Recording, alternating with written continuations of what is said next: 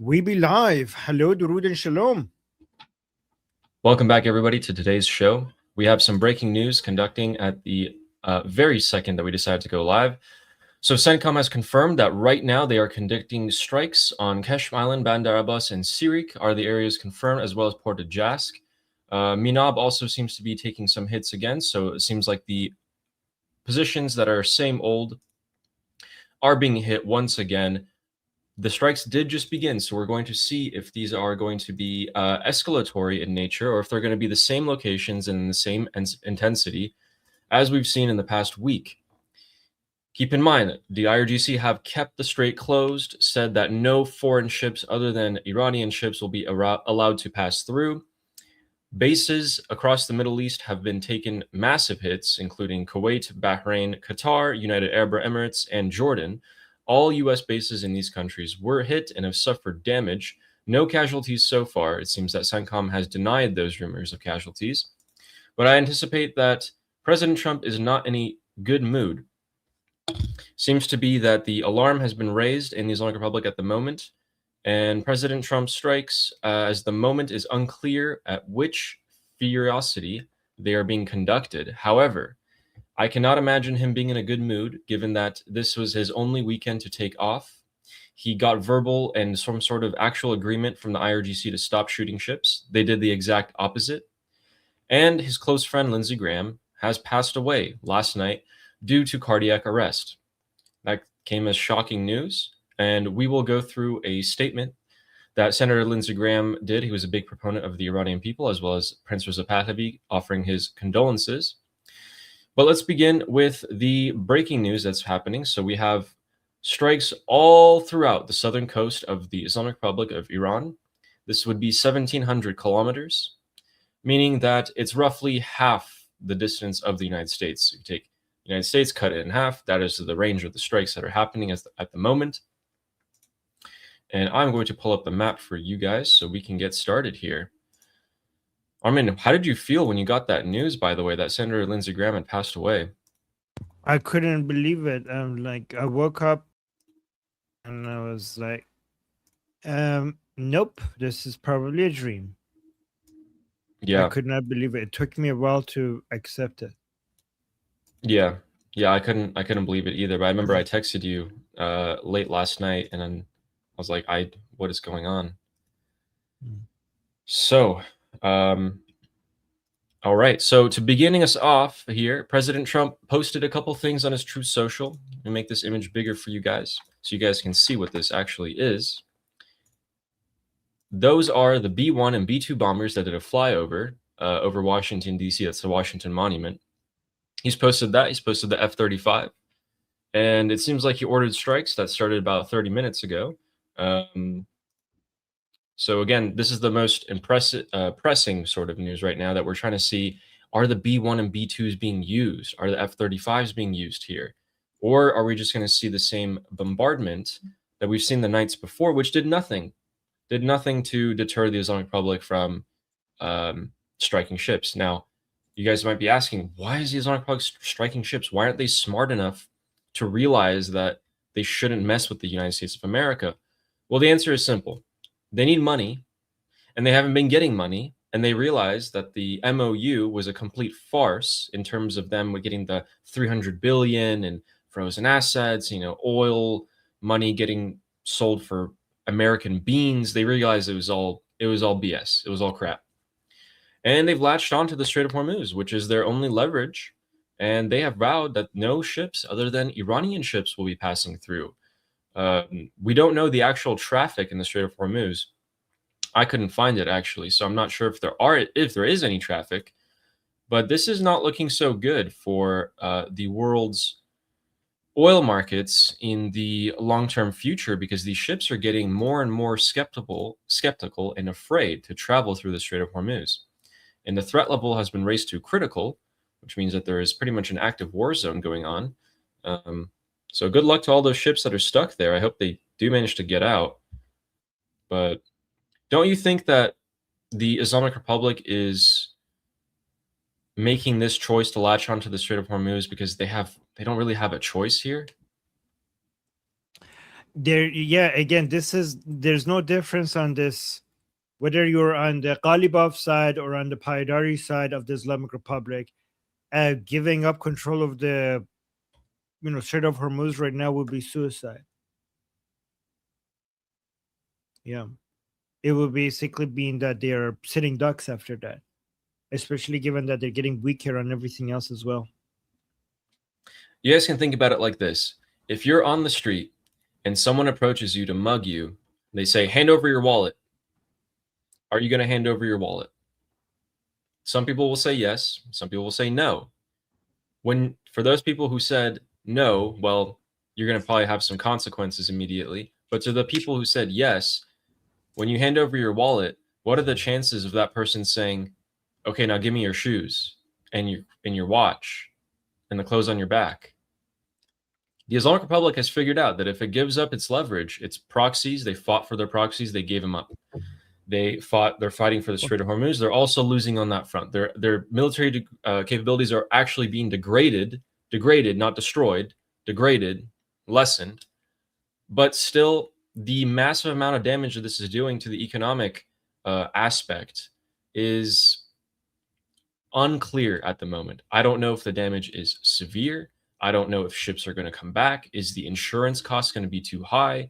We've seen that in previous conflicts around the world, when straits were on conflict like this, traffic never actually returned back to the way it was before the conflict. And that is largely a worry for the United States of America here, given that our oil reserves are only 50 million barrels away from being in a danger zone. And on the bright side, the strikes that are being conducted right now, and I'll get an image for you guys. These strikes are largely in this area. There are some more strikes happening, but this is the area to focus on. And the reason for that is because the USS Boxer is in CENTCOM area. We don't know if it's a week away, 2 weeks away. I mean, still on the water in the ocean. We haven't had any satellite confirmation that it's here. We do have satellite confirmation that the USS Abraham Lincoln and the George H.W. Bush are here. And they have assumed defensive and offensive positions at the same time, because that's a cool thing that they can do here. So we'll actually show you guys where they are. They are exactly right there, right off the coast of Oman here. And the position that they've taken up is full combat preparedness. So you have these ships that are the destroyers providing cover for them. And that's how largely the aircraft carriers get protection, because the destroyers come in and intercept the missiles that are flying towards them. So they're ready, obviously, to both launch aircraft off their decks and to be defended. That Trump's Truth Social post, the fact that right now over the Middle East, I have probably not, in my recent memory, seen more refueling tankers, both Israeli and US, up in the air so far. The Israelis have assumed forward positions with their jets and refueling tankers over Iraq at the moment. And it seems like we just got a report by Shin, so confirmed, that 2 explosions are in the Markazi province, so the central province of Iran. And I'm trying to wonder, city Khandab. Okay, so let's go back to the map here and let's put a pin so we can figure out. And that would be, there it is. This is where we're looking at. Where is this? Come on. Oh, okay. It's nearer Tehran than it is to Isfahan, I think. Interesting. Okay, so this is where the strike just happened. Wow. Wait, IRGC channels. Right now? Yeah, right now. So right now, near Hamadan, in the city of Khondab, Shin has reported that there are 2 explosions, as we can see here. So I'm going to go ahead and add a pin to that for our own tracking. Wait, this is not, guys, this is significant. If true, this is not southern Iran. This is central Iran. And I did say that Israeli refueling tankers and jets were active over Iraq just a second ago. So this may be Israeli green light. It makes sense for them to strike central Iran, but we're going to have confirmation of that. Two explosions in Khandab is not a is not a significant deal unless there was someone in particular hiding there, which I would highly doubt. But if we see strikes on central cities like Isfahan, potentially even further down like Shiraz, the capital Tehran, those are significant. But it does seem like IRGC channels are blaring a state of maximum emergency has been announced in Iran. They are anticipating something here. Okay, so we'll continue to monitor that. I'm going to keep an eye on that. But we also have another interesting update. So the actual military of Iran, the Artesh, has also gotten orders to evacuate some of their positions. We have never seen this before. wow. Not even during the, I mean, maybe during the 40-day war, but I doubt it because the Artesh wasn't targeted whatsoever, even during the 40-day war. This does come to be as new news to me. I'm not exactly sure why this is happening. There's no reasoning being given to it. But yeah, we'll end up seeing what's happening here. There's a lot of strange things. A lot of strange things. Okay, yep, just more confirmations that there's intense refueling activity over the Persian Gulf and Iraq as well. So with that, while we're waiting, let's go through and give you guys updates on all of the US bases that were hit last night and largely this morning. So let's start off with the most expected one. So Kuwait here was indeed hammered, but it was hit in a special, different type of way. So the Kuwaiti Ministry of Defense and Army, whatever you want to call it, declared that the Islamic Republic struck their oil infrastructure. An offshore oil rig was actually hit and is on fire, as well as 3 of their northern border posts. So this was be a drilling platform that was on the water in the ocean. It was hit by a drone. Seems like people were injured because of it. And some of their border posts along the Iraqi border were also hit and blown up. So that was, why are you hitting oil infrastructure? There's no military target to that, really, unless you're in full-out war with the country. Delay Islamic Republic, ladies and gentlemen. I don't know what to tell you. Yeah, But they if we keep move down, telling us that they keep telling us that they're only hitting U.S. military bases, nothing else. But then they keep hitting oil infrastructure. They did the Yeah. same thing with Qatar a while back. Strange. And if we go down the Persian Gulf to Bahrain, we can see that the small city-state country of Bahrain was also hit multiple times. Many interceptions did take place, but they were still hit at the end of the day. The damage was minimal, though, and nothing serious. But the 2 countries that were interestingly hit were Qatar and United Arab Emirates. So Qatar took some clashes here. And most importantly, Ali. Qatar was attacked the day after Araghchi was there. Correct. For a friendly visit. So Araghchi went there, sat with the Qatari people. The foreign minister of the Islamic Republic went to Qatar, had a friendly meeting with them, ate at their table, left, and then the Islamic Republic bombed them. Absolutely.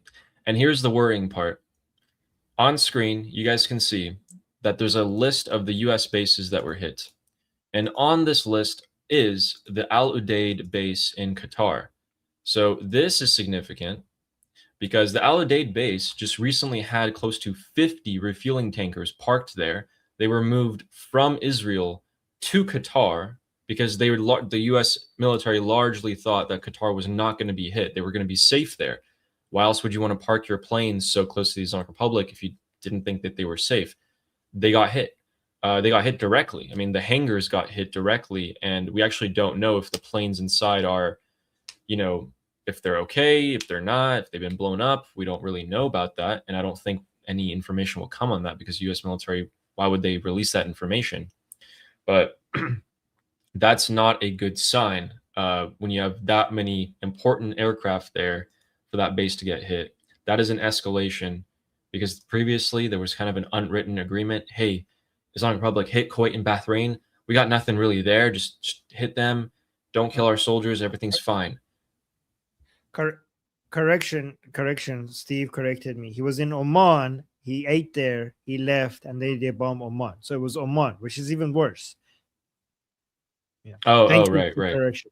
Yeah, thank you for the correction. So Arakshi was in Oman, went there for a friendly meeting, ate with them, ate their food, left, and then they got bombed.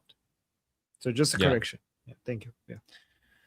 And then keep in mind, guys, not only was the Qatari base hit, which actually had important equipment on there, but when the Kuwaiti northern border posts were hit, that's actually used by the U.S. Army to launch HIMAR missiles. Those were also hit.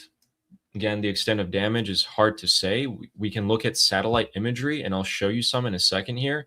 But both Abu Dhabi and Dubai was also hit last night, which is the United Arab Emirates. And lastly, the last US base to be hit was here in Jordan, in Azraq.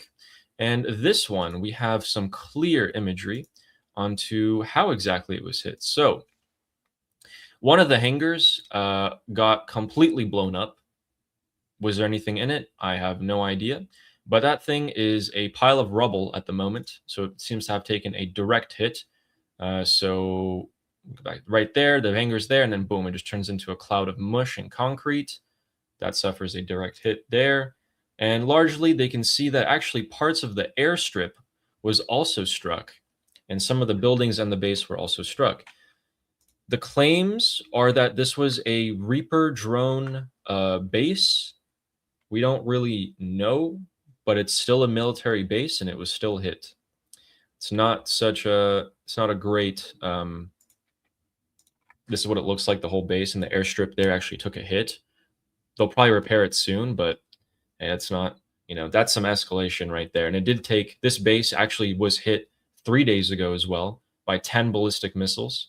One of them did land through and make a huge crater. We showed you guys that image earlier.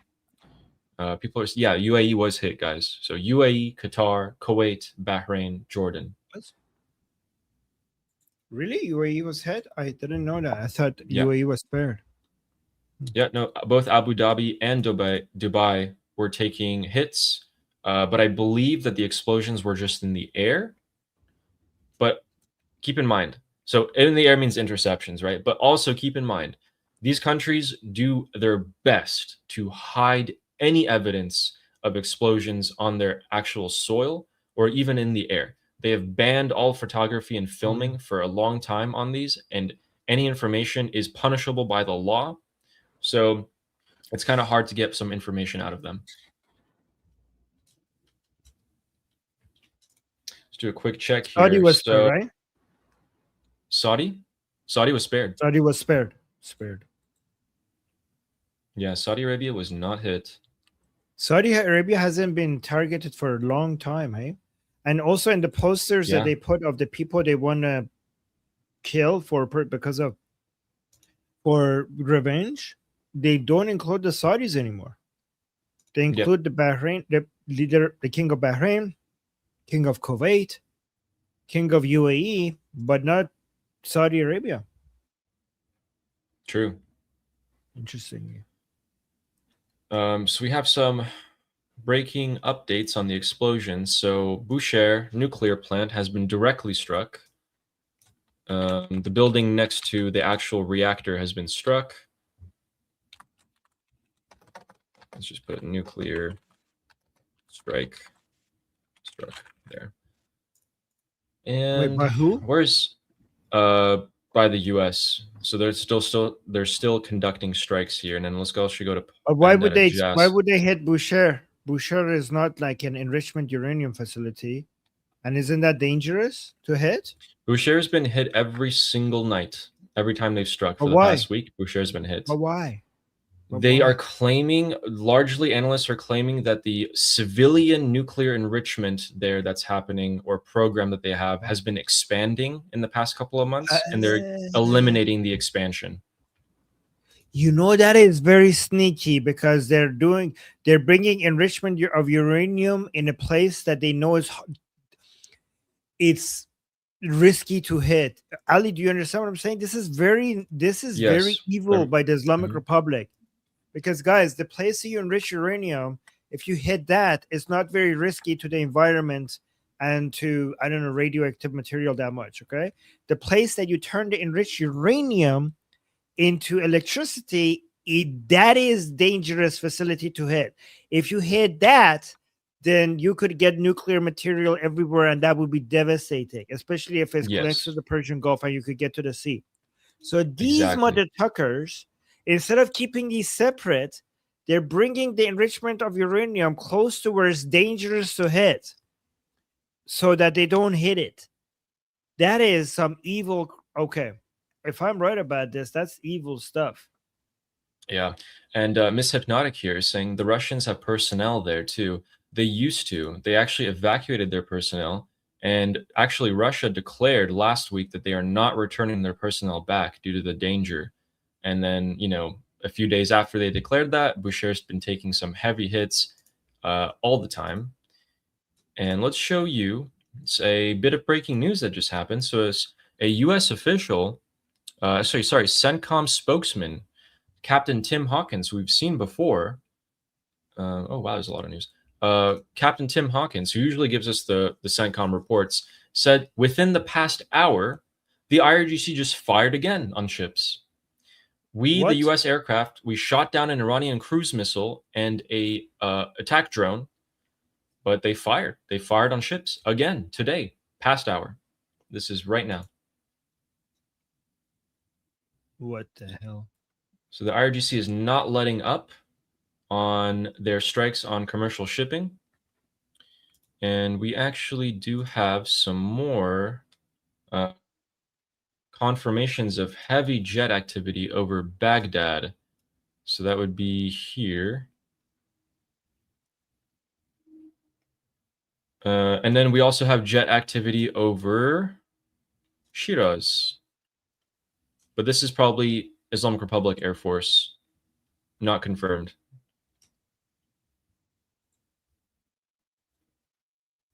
Okay, yep. So all the locations that we usually see are being hit. So that would be here.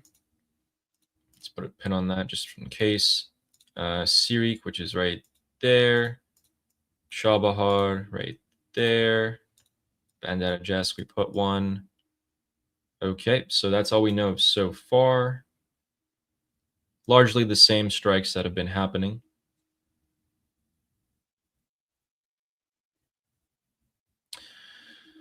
All right, while we wait for some breaking news, let's get caught up on some other things. Should I show you guys something funny first or something sad?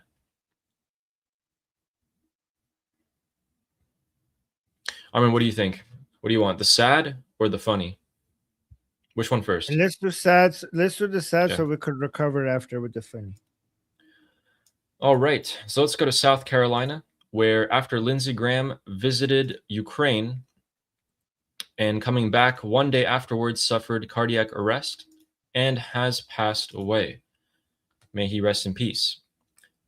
Crown Prince Reza Pahlavi expresses his condolences and reaffirms that Senator Lindsey Graham was a steadfast friend to the Iranian people and a proud defender of freedom, that he stood on the right side of history.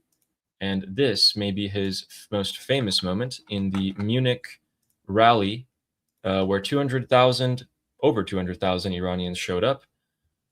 Lindsey Graham took the flag of the Lion and Sung, raised it up, and hundreds of thousands of Iranians roared in approval for him. And he spoke about this moment multiple times afterwards.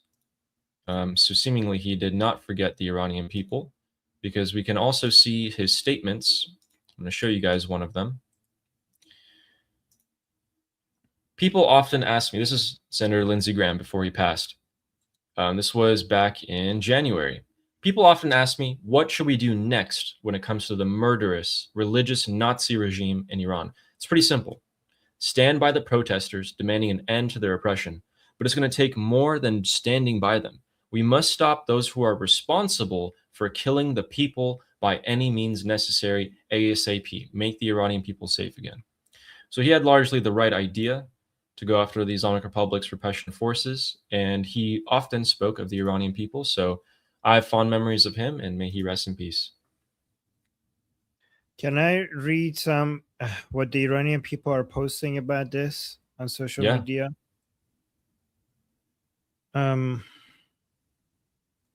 Okay. Well, you pull that up. Guys, so a lot of people think that he was potentially poisoned or assassinated by the Islamic Republic. As someone, he's 71 years old. And just to give you guys a quick statistic, the first time you come into contact with heart disease, like a stroke or cardiac arrest, you pretty much have a 50% chance of surviving your first encounter. And there are usually no signs that a stroke or a heart attack or cardiac arrest are happening. Most people don't get it checked anyway, so I would highly recommend people get checked. But yes, your first encounter, 50% survival rate.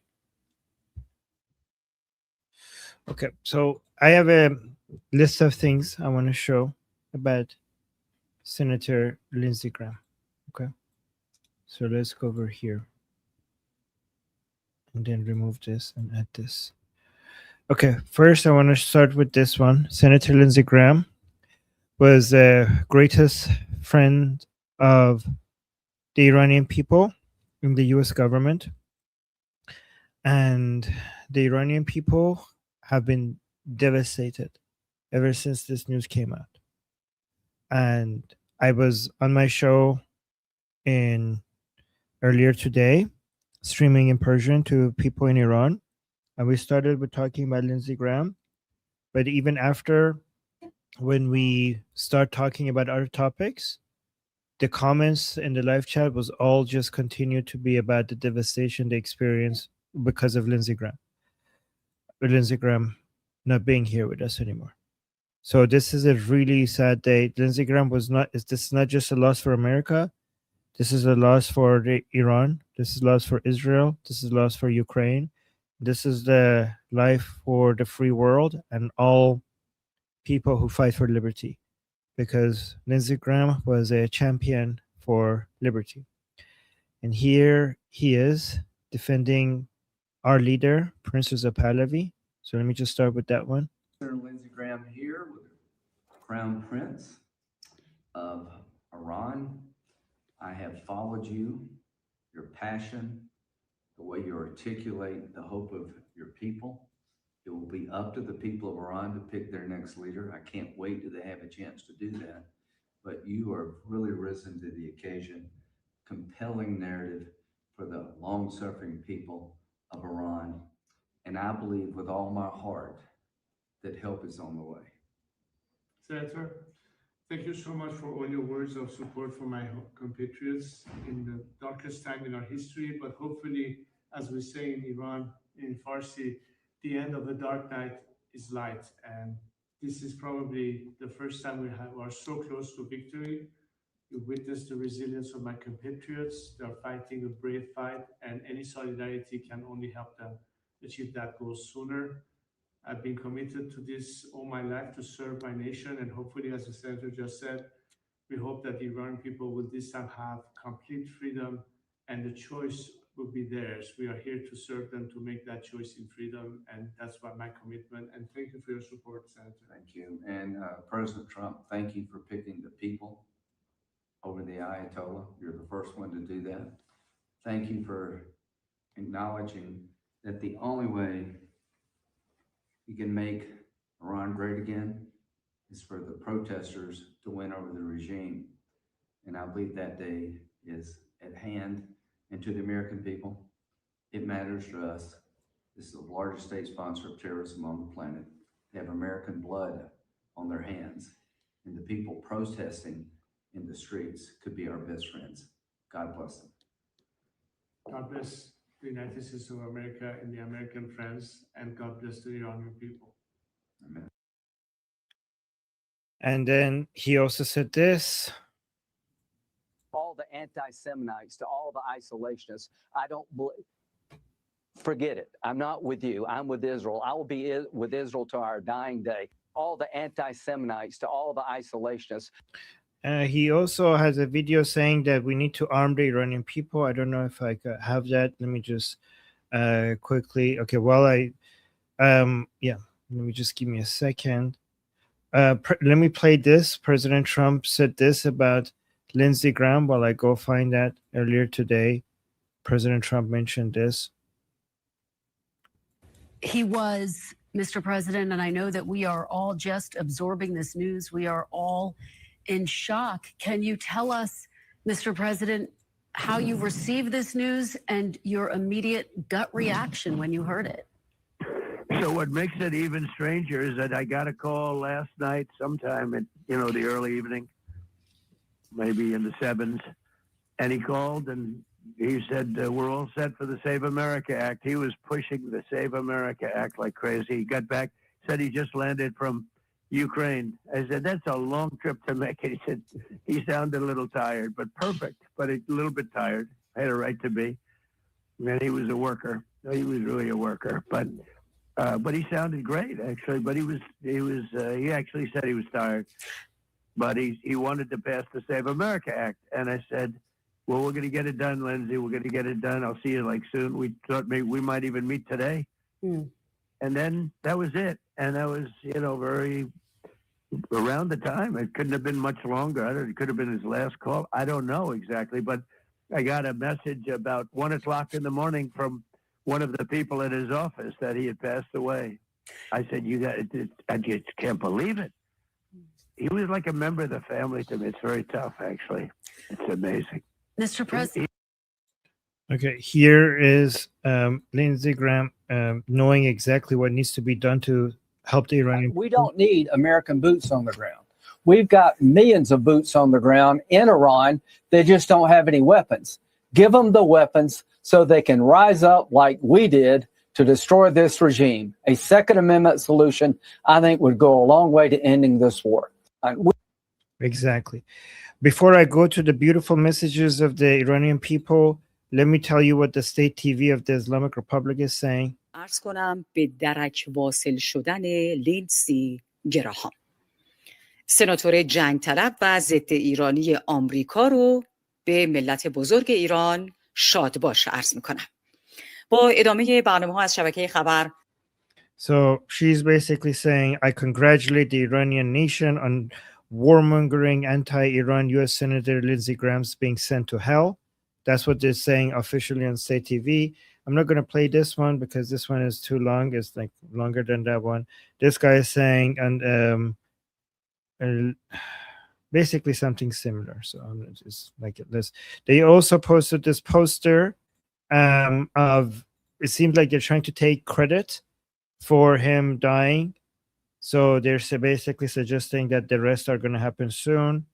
So you can see Israeli, American politicians and leaders. Netanyahu is there. President Trump is there. You can see UAE, Bahrain, and Kuwait is there. Again, for some reason, Saudi Arabia is not there anymore, which is interesting. But they put Lindsey Graham here and they crossed it as if like this is them and they're going to start. So now that we covered that garbage, let's go to the nicer messages. This is by Kamran, who is part of Princess of Pahlavi's Nufti team.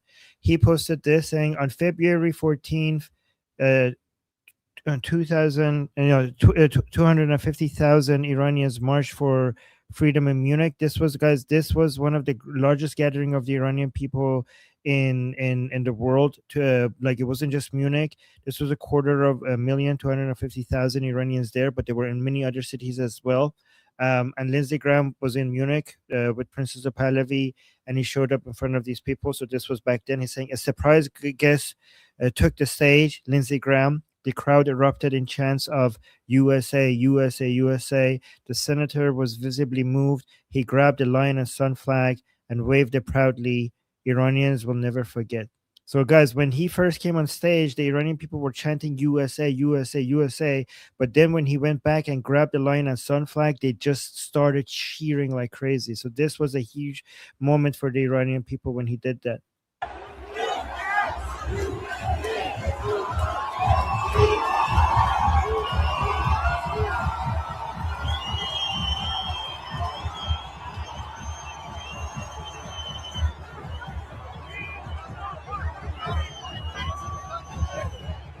Thank you. So This is the image of that day when he grabbed the lion and sun flag. This is the main thing the Iranian people remember of that, other than the I'll show you the second thing that the Iranian people remember, but this was one of them when he grabbed the lion and sun flag, and the Iranian people loved it. Then there was this here. You have a just cause. What So happens? this is his message to the Iranian people. You have a just cause. What happens to you will change the world one way or the other. If we stand behind you and help you achieve your freedom, the world will move toward the light. The opposite is true. I have chosen you over the Ayatollah. The world needs to choose you, the Iranian people, over the Ayatollah. You represent the best of mankind. He represents the darkest of mankind. Keep protesting. Help is on the way. That's what he always said.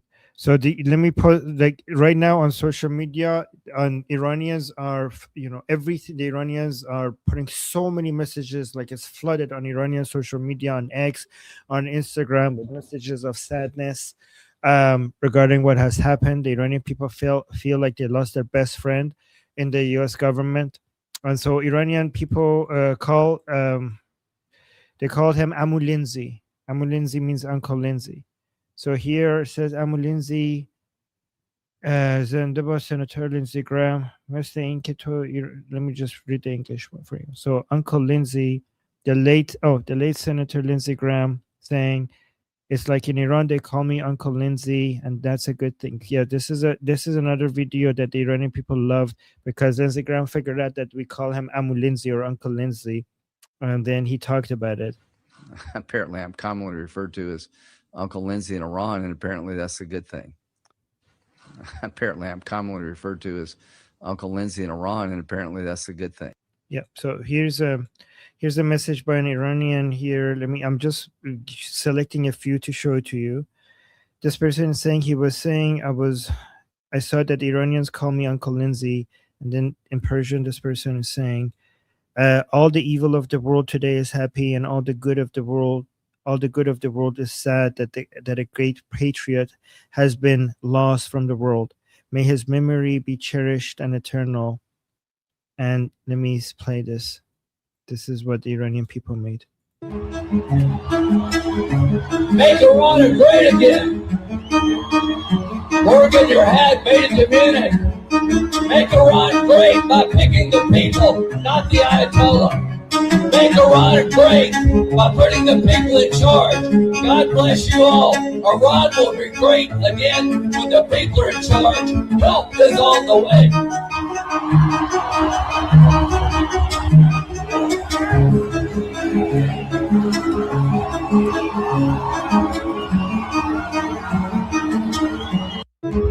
So there were so many videos like this being made by Iranians. This person is saying, Bedrud Mard Buzorg Faramoshat Nemikonim. This is saying, farewell, great man, we will never forget you. And again, they keep posting this video again of him making.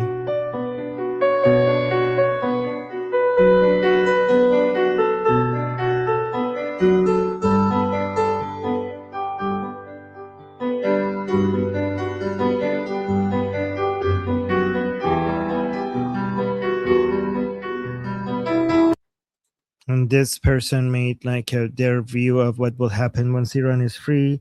They will make a statue of him in Tehran holding the lion and sun flag.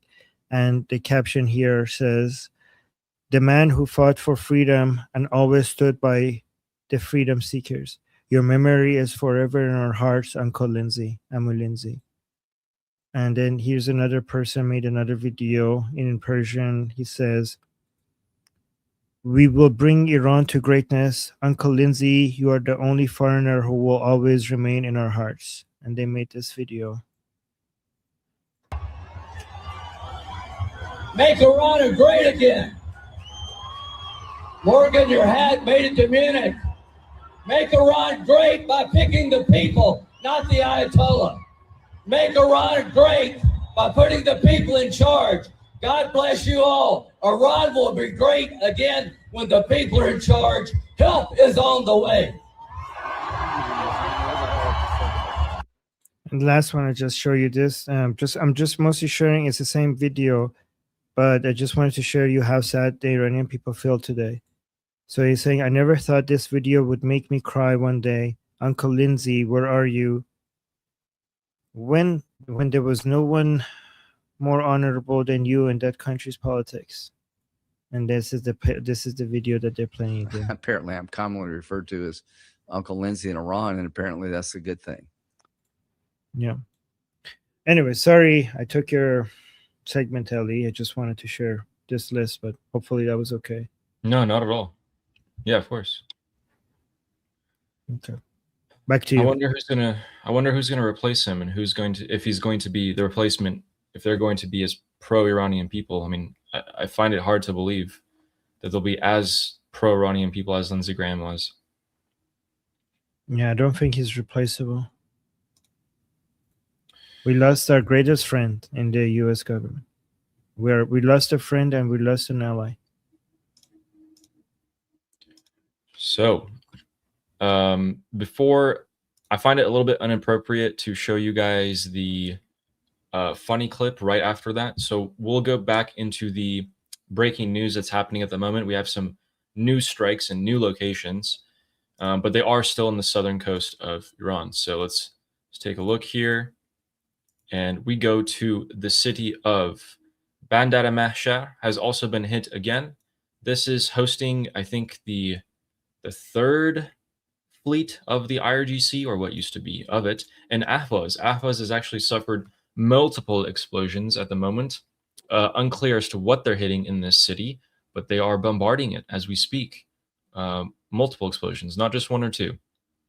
So as of now, we have Khondab explosion, which is actually very close to Arak. And Arak has a nuclear heavy water facility there.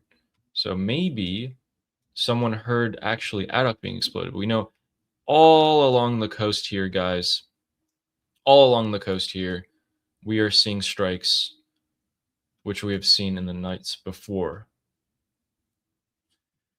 There's also confirmation that in the city of Tehran, on the western portion of it, there is jet activity. So now we have potential Islamic Republic Air Force jet activity over western Tehran and Esfahan and Shiraz. Or at least, you know, the 40-year-old jets that they have. So, with that, trying to see you guys here. Those are all the explosions. I want to make sure you guys get everything done there. Great. Okay, so moving on to a bit of more good news. If we go into Israel and we go into the Gaza Strip, where Hamas have been found to have a weapons productions factory.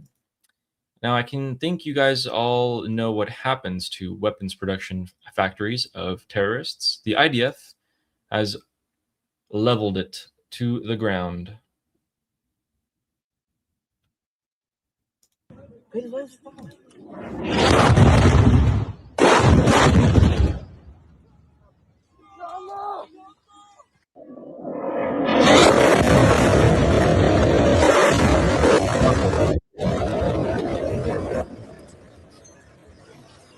Wow. So if you're wondering why everyone was able to have a camera pointed at it, it's because the IDF, as per usual, gives civilians warnings to evacuate the area before they conduct strikes like this. Wow. And with that, now we can go to the funny clip. Yeah. Ali, but how is that possible? Like, if you're trying, aren't they committing a genocide? If you're trying to do genocide, isn't that like the opposite of what you're supposed to be doing? So strange. So weird. Why would you notify people to evacuate? Israelis, I know you are good at many things, and I really celebrate you guys being at the top of, finance, entrepreneurship, technology, science. But you guys suck at genocide.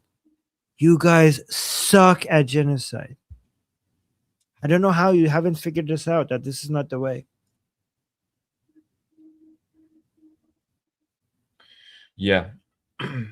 And okay, so cool. I'm still monitoring it. We're just having more explosions in the same areas so far. We can theorize about if Trump has made some sort of decision after this, but let's get caught up on everything first. And we have a good clip to show you guys. So good and then funny. So back to the Black Sea where Crimea is.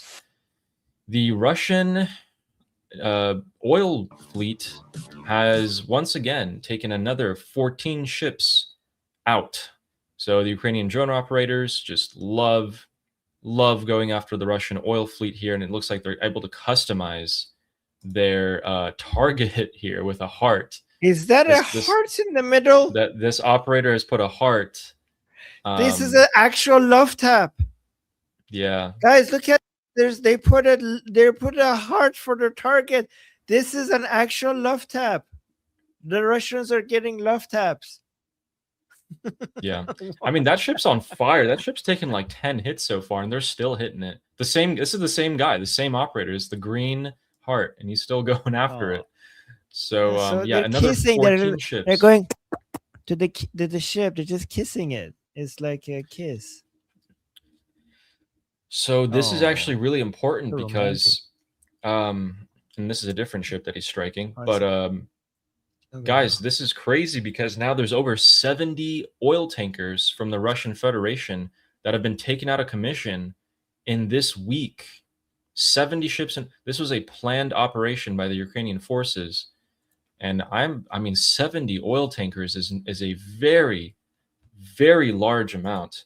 That, along with all of the major oil refineries, including the biggest one in Russia, being taken out, I am very skeptical of the Russian nation's ability to function at this point. I mean, gas is $15 a gallon in Russia at the moment, if you can find it. Crimea is about to be invaded, and let's take a look at what the Russians are doing to, fight these drones, because I've never seen this technique before. I'm wondering if you guys have. Let me know. Let's take a look here. So this is a Russian position that's an anti-aircraft gun, and I don't know. I don't know if this will work. You guys let me know. But yeah, let's see it. Oh wow! Oh my god! Wow. Again! Wait, no, again. I'm not sure. Does he get it? He gets it. Get and it? then yeah, How did they? He comes back up. So let's take a look again. So this guy, I don't know, maybe he saw something, but he got a little too excited there, and he ends up flying off the platform, and actually almost taking out his commanding officer at the same time. That's outstanding, soldier.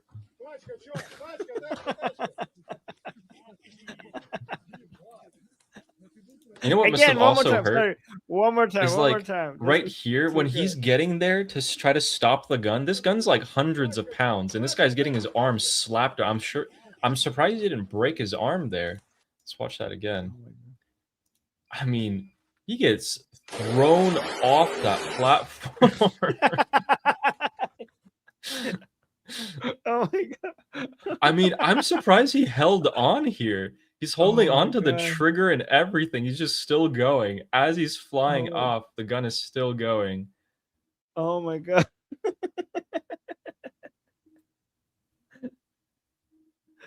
Oh my god. Okay. Wow. That could have turned out so ugly though. Jesus. But yeah, so going back to the news, we have some more lights in the skies, ladies and gentlemen. So this is Iraq along the border with Kuwait. So this is southern Iraq, and there are more lights in the sky. People are largely believing that these are missiles that are launched from Kuwaiti territory they're going towards the Islamic Republic. Yasuj. Where's the Yasuj? Let me find that. Where is Yasuj in Iran?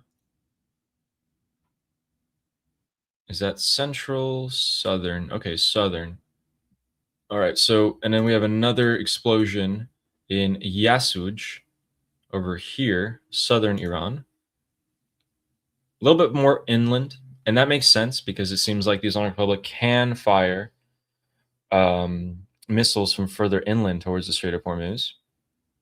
We've seen them go to Iranshahr as well, which is, I think, the second biggest city in Sistan Balochistan, or the second most important city there.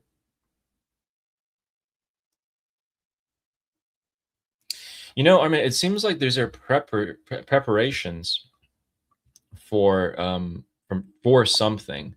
It doesn't seem like they're just bombing like just radar sites anymore that they were before. It seems like the United States military is going after particularly missile launchers at this point. Some people are saying that this looks like them preparing for a ground invasion. Yeah. Taking out whatever they need to bringing the Marines. Some people are suggesting that. Yeah, that's exactly what I thought when I went on Thursday. I think it was Thursday or Wednesday when they started striking. It seemed to me, if you're striking the entirety of the southern coast of Iran here, guys, let's draw a little measurement. So we're hitting from right about there to, I think, right about here. Let's go back out. No. And then, okay, so that's roughly 800 miles. Okay. So all of this coast is being, I mean, if we're going to keep the coastline, though, that's going to be significantly more than 800 miles. It's just a straight line. So let's actually disregard that. Okay, now it's stuck. Get me off. Okay. So that's interesting. So there's Kuwait missile launches. Again, this is probably the U.S. military here in this region. I wonder where those missiles are going, though. I mean, we did just hear strikes in Yasuj, so those missiles may have been launched from over here and landed right there. And Ahvaz as well, actually. So the Ahvaz strikes were also probably that. But okay. So, what is the Islamic Republic going to do now? What choice do they have? Oh, interesting. Some spicy super chats there. We'll read them later. What is the Islamic Republic going to do? Do you think, Armin, that they will potentially stop shooting at ships? Do you think there's going to be a way where they are going to let the ships go through at this point? Because we've seen everything go against that. They've actually been, you know, they had the opportunity to apologize, issue a public statement. They didn't do it. They closed it. They're firing on ships yesterday, the day before. Today, CENTCOM confirmed they're again firing on ships today.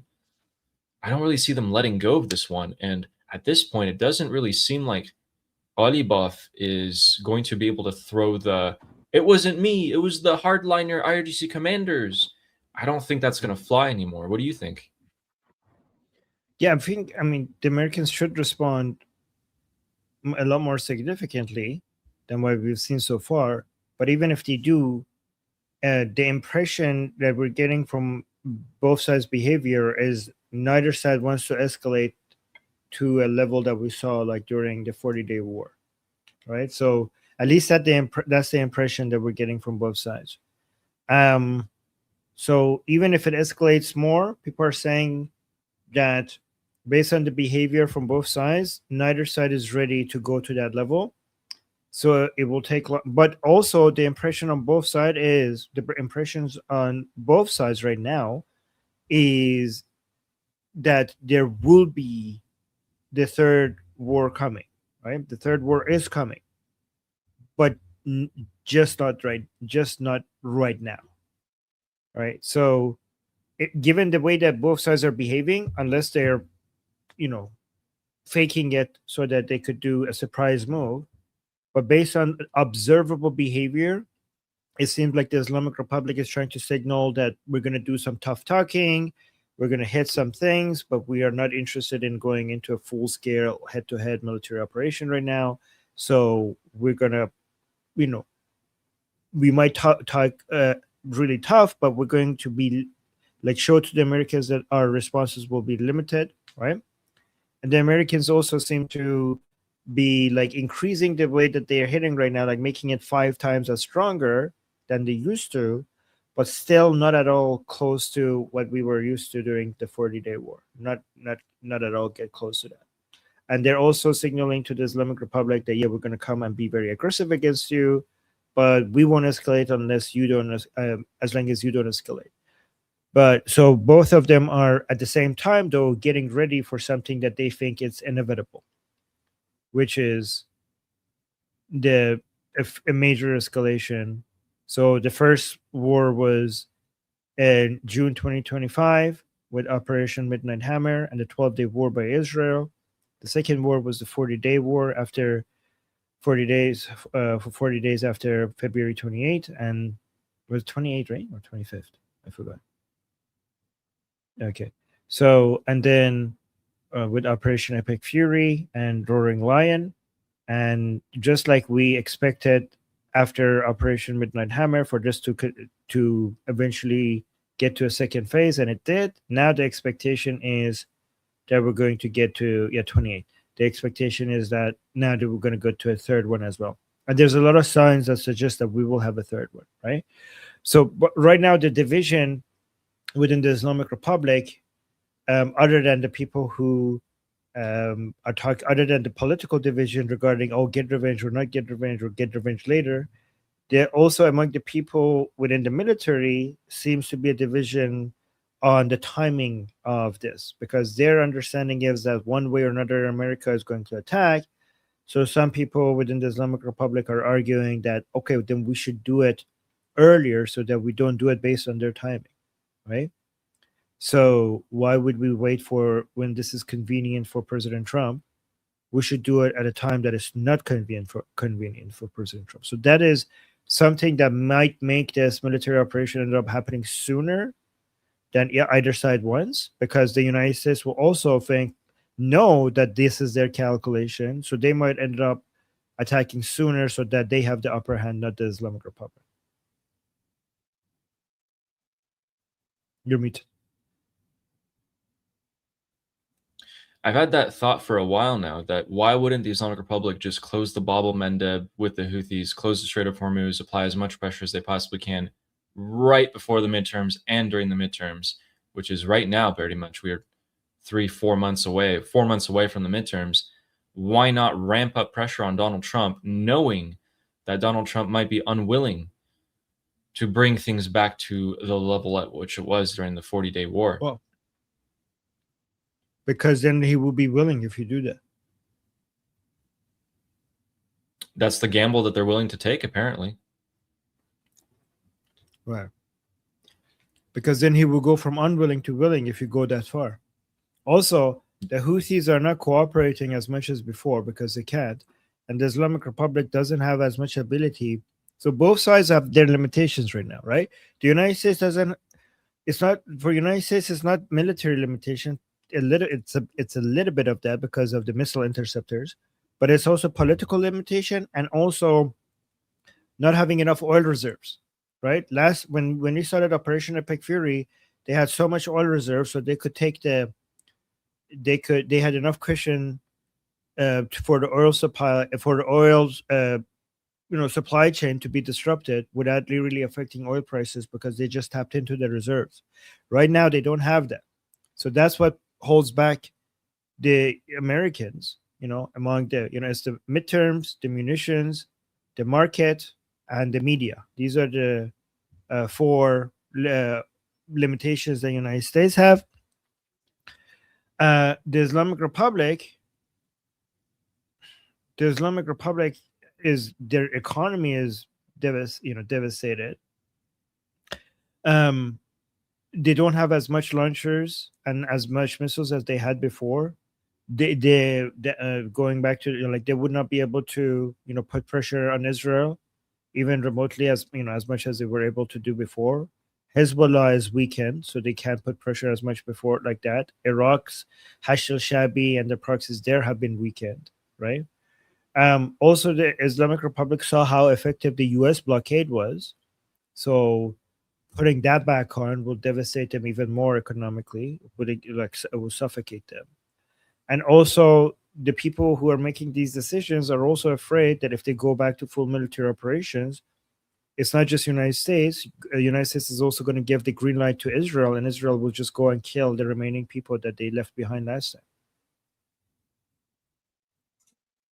Absolutely. We actually have a lower level assassination that took place today, right now. So when they hit Ahvaz earlier, we just got confirmation right now that a IRGC deputy of logistics of an area in Ahvaz was targeted and eliminated.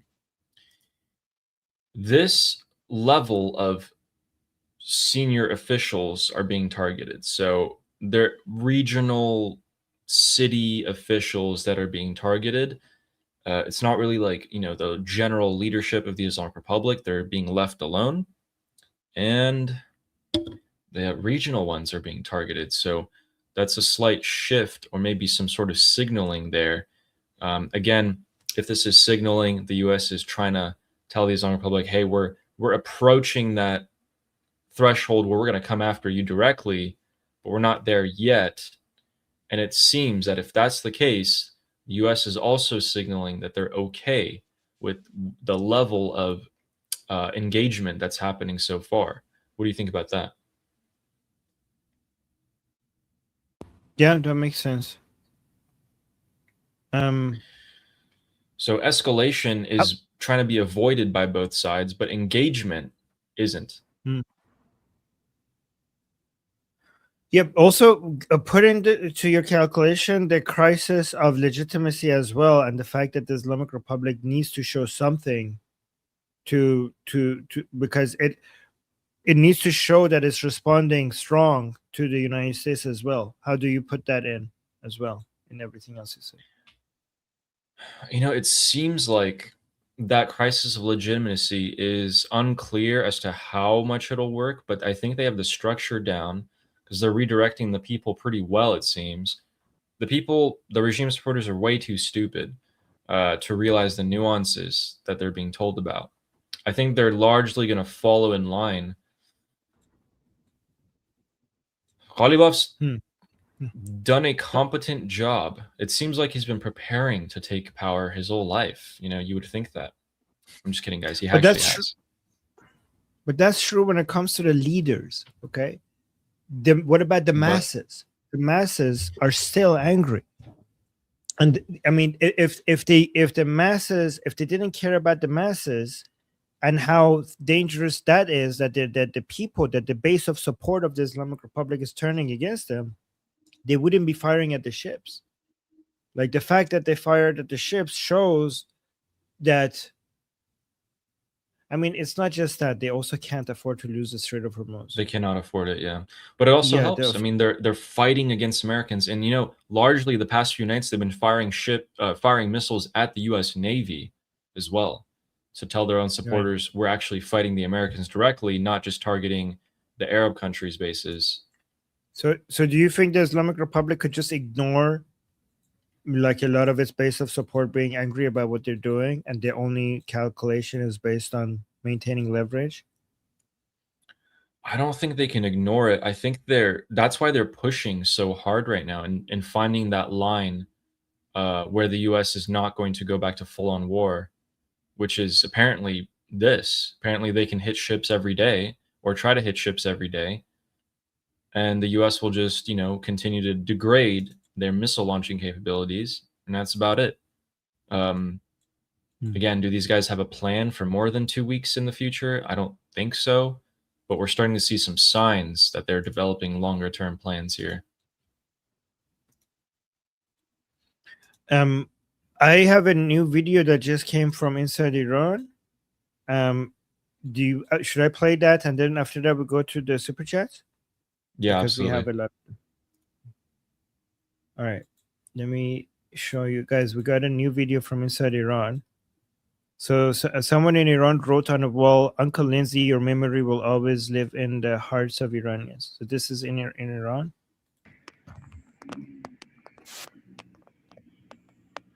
Uncle Lindsay, your memory will always live on in the hearts of Iranians.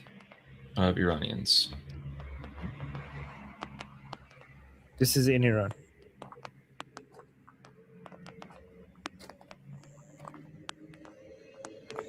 That's nice.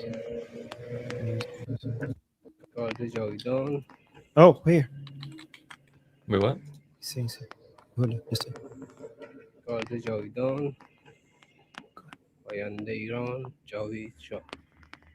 Okay. This is Garda Javidan Payande Iran Javid Shah. So the immortal guard, long live Iran, long live the king. And then also I got another video. Look at so candlelight visual in front of the U.S. Embassy in London to mark the death of Lindsey Graham. And look at the flags. You see the UK flag, and you see the Iran flag. You see the American flag over there. Let's see what other flags you see. Okay, the Israeli flag is there. So see all the flags that you expect. Iran flag, Lion and Sun, Iran flag, Israeli flag, American flag. Where is UK this? flag. In London. In Oh, front okay, of that's why the the UK flag's there. US, yes, in front of the US Embassy. See, Iranians always show up, also Israelis. Okay. Yeah, and in Iran, we actually have some clips as well. So there's more of that graffiti inside of Iran, but not towards Uncle Lindsey Graham. There's graffiti towards Prince Reza Pahlavi. Oh. So this is in Bandar Dayer, which was just bombed extensively. And it looks like someone went and sprayed Javid Shah, long live the king, onto the wall. Nice.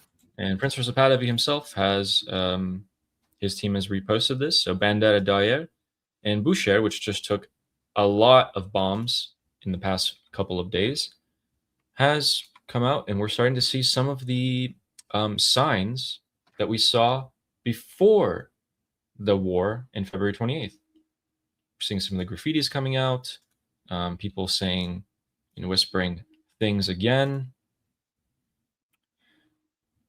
So, in terms of the explosions, we just have more explosions in Bandar, in Strait of Hormuz. We have more explosions in Ahvaz. So just more of the same along the southern coast. The strikes last night conducted for about 6 hours before CENTCOM announced that they were over. So we might see the same tonight. And then after we ended the program last night, we also had the Islamic Republic fire as many missiles as they possibly could towards everyone, actually. So we're going to probably see the same tonight. Again, all of this is dependent on, are they going to fire at ships or not? And today they did again, so they'll keep getting hit. I don't see them stopping hitting ships, because now they've established, the Islamic Republic has established that, hey, if we just hit ships, this is it. This is all that we're going to slap on the wrist, maybe like a harder slap on the wrist, but it's just a slap on the wrist.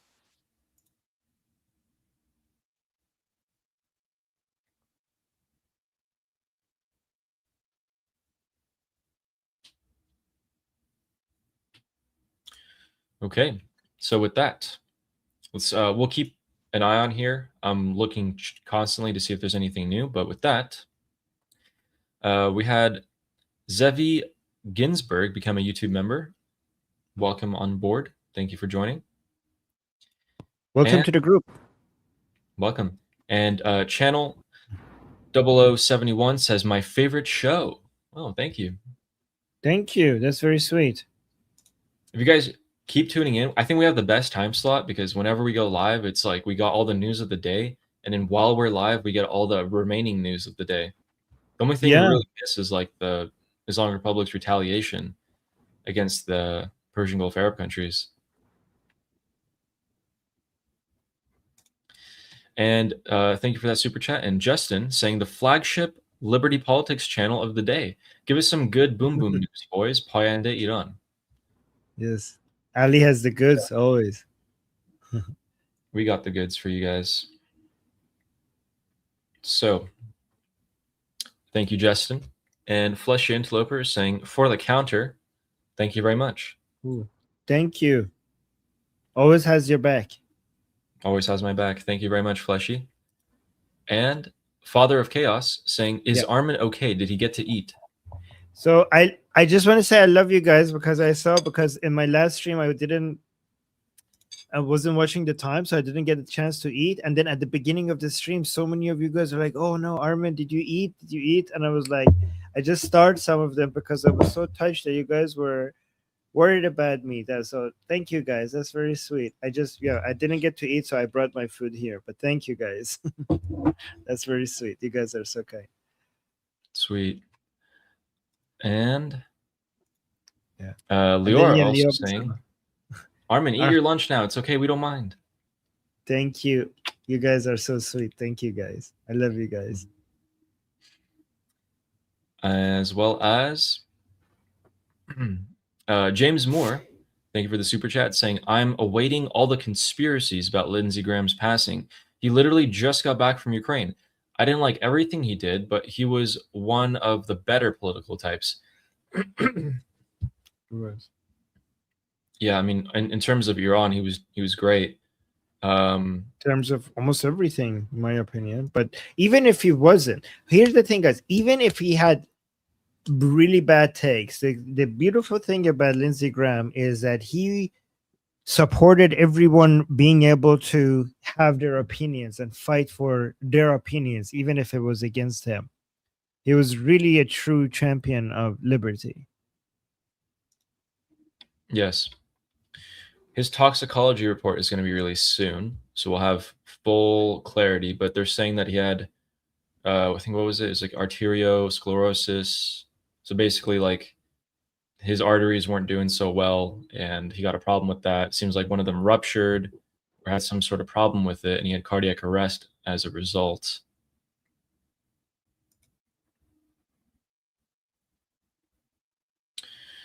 Okay, so just new explosions in Keshm Island, again, in the Strait of Hormuz, so the strikes are still ongoing.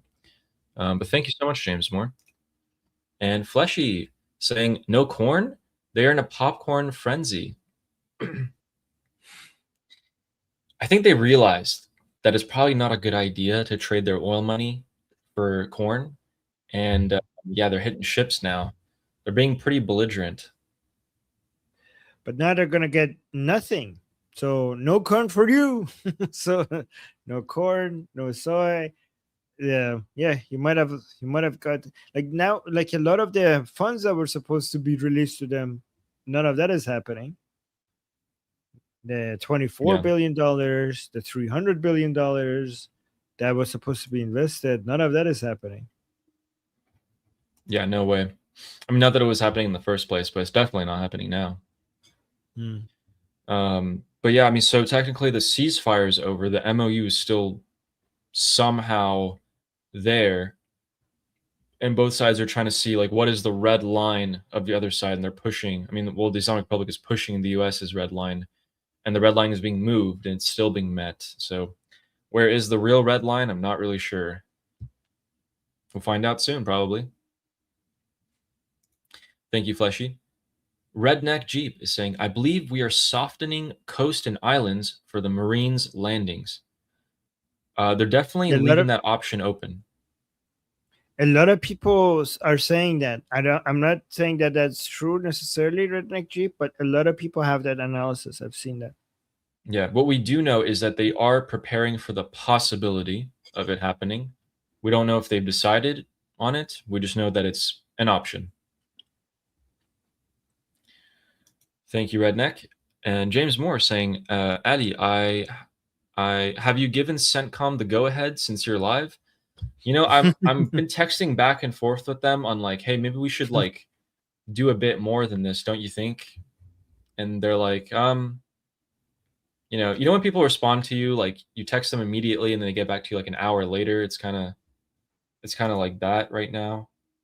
I'm Oh, no, telling them though, I'm CENTCOM's like, hey, you closing. should probably, you know, I'm like, you know, without saying it on text, but hopefully they'll listen soon. Thank you, James. And Shauna saying, Israel and Iran join America in our grief. May we always remember. Yep. Rest in peace to Senator Lindsey Graham. Yes, thank you, Shana. There you go. Okay. Thank you, Shauna. And James Moore saying, due to my mental health, I cannot dwell on sad things. Please, let's move on. Rip Lindsay. However, we are at war and casualties are expected. It's something that we may have to get used to in the next little while. Yeah, I mean, I hope he's not a casualty from this. You know, it is probably just knowing what I know. I'm leaning more towards just natural causes. He's 71, you know. Yeah. But if he was like 40 or 50, I'd be like, okay, it's a little weird. You don't really see that too often. But yeah, thank you, James. Thank you. Yeah, Hope we moved on already. Hope the Russian anti-air defense cheered you up a bit. It was a great video. Yes. That's why I said we should have it after. Yeah. Yeah. And James also said the Ukrainian drone operators are really good. They started literally the week of the invasion with DJI drones, and now they're building literally hundreds a day. Their knowledge could be very handy to have or borrow. They're being hired across the world to train different militaries on how to use drones. They are so good that they are literally tying sticks to drones and using that like aerial warfare. The drone with the stick will come and like smack the other Russian drone out of the air. Like if it hits the propeller of the Russian, that's how good these guys are. I'm not even kidding. It's like reusable drones. You just tie a stick on it and you just whack the other drone in midair, and that's it. You're done. Yeah, I saw some drones, some Ukrainian drones with fishing poles on them. Yeah. Like how good do you have to be to do that, by the way? That's, I don't know. Okay, so we got some info on the Strait of Hormuz traffic. Over the last 24 hours from now, 20 vessels have transited through. I don't know how many are going in or how many going out, but it seems like the total is 20. Very low. And we now have confirmation of drones and anti-aircraft activity over Kermanshah. Things are still going on. Okay. Here we go. We got Jew Hater saying, Ali, your supreme leader died like a dog today. Who will contest Trump's deal in Congress now? Remember those passive-aggressive comments towards him? Nope. Nope, we don't know. And Jew Hater, you suck at this. First of all, it's very common for Muslims to hate dogs, right? So don't remind us of that. And you know, every time you say this, we're going to remember that your supreme leader died while hiding in his bunker, like the coward that he was, while having his family next to him, even though he knew that this is a dangerous, like, how disgusting of a man that does that have to be? Judah, you know this is your weak spot every time you bring that up. Lindsey Graham died peacefully in his bed. Your supreme leader was in a hole, wasn't able to come and see outside for months because he was hiding like the coward that he was and using his own family as a shield. And then he died in the most humiliating way that you guys have not even recovered from and will never will. And you're coping so hard by pretending that what happened to your supreme leader happened to other people. You're so desperate. You guys couldn't do anything against any American or Israeli leaders. So you just have to pretend that something that you know has not happened, that happened to your supreme leader. You have to keep pretending that it happened to other people. This is serious coping. Like, you are suffering so hard. This is why you're so desperate and come here and spend super chat money to get our attention, because there's nothing else you could do. You come here and try to find ways like, what can I'm so angry. I'm so angry that these people celebrated the death of my supreme leader. What are the magic words that I could write on with my keyboard that somehow one day I will get these people to get upset because what I wrote? And you're so frustrated because every time you post something and you spend your mom's money on it, every time you do that, we basically embarrass you and humiliate you.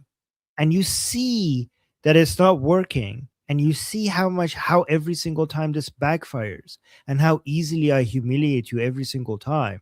But you're so desperate. You're so desperate for just one day being able to write something that pisses us off, that you keep trying. Even though every time I embarrass you and humiliate you and I make you more frustrated, you're so desperate for one day to be able to get something out of us that you keep trying, and keep them coming, because I enjoy. It's so easy to humiliate you. It's so easy to embarrass you, and it's so much fun for me. And thank you, by the way, for spending all of this money supporting Zionism, a Zionist channel. You guys suck at what you do. Like, I don't know if you are proud of what you're doing, but everything you do is backfires. You really suck at fighting the enemies of Islam and your embarrassing Islamic regime. And look at this. This is, guys, every time somebody does that on social media is because they're crying and they're trying to hide it with a emoji like this. They're like, so when you get so butthurt, normal people don't do it. When you say so butthurt, you cover your tears with the emoji, laughing tears emoji. But see, guys, see how easy it is. I think I'm really good at this. I'm really good at humiliating these people. But go on, Elia. Yeah, by putting them in his place. Okay, so we have some breaking news. We have more explosions in Khuzestan province. So the cities around Ahvaz, which is the major city there, are also being bombarded. We have another assassination. So the head of the provinces, of the Khuzestan provinces, Special Operations Communications Unit, who is in Ahvaz Airport, has been eliminated. So the airport in Ahvaz seemed to have been the target of the strikes in the city. And head of the province's Special Operations Communications Unit. Why do they have such complicated names? This guy was probably just the chief, some guy in the special IRGC, commando unit. So it looks like one of them got eliminated. Yeah, interesting. All right. So it seems like these maybe important figures for the region are being eliminated. That's another potential signal of some sort of land operation happening, a limited land operation happening. And then another piece of important news is that if we go to the map here and we go down to Oman, in the port of Dukm, which has been hosting various countries like the UK, Germany, and France's minesweepers, has also been spotted to be hosting the United States' Special Forces mothership, Ocean Trader. The same ship that handed it to Venezuela and took care of Maduro is now in Oman, spotted, confirmed. There they are. What? Yep. Why? Interesting. So if we're going at the angle of a limited land invasion of Iran, you would take the southern coast. You're preparing, that invasion by hitting all of these defense sites, radars, missiles, everything. And you're taking out some key people who are in charge of the logistical and communications. And then you also don't really worry about if your special operations ship is spotted. I mean, who can stop satellites at this point? The clouds are the only thing that can stop them. So that's also been revealed. But it looks like we did know that these operators have been here before, right before the February 28th war happened. Looks like they're back again. I don't know where they went in the meantime, but they're here. Interesting. So with that, let's go back to the super chats. Fleshy Interloper saying they will keep hitting ships until they're stopped. It's looking that way. It's really looking that way.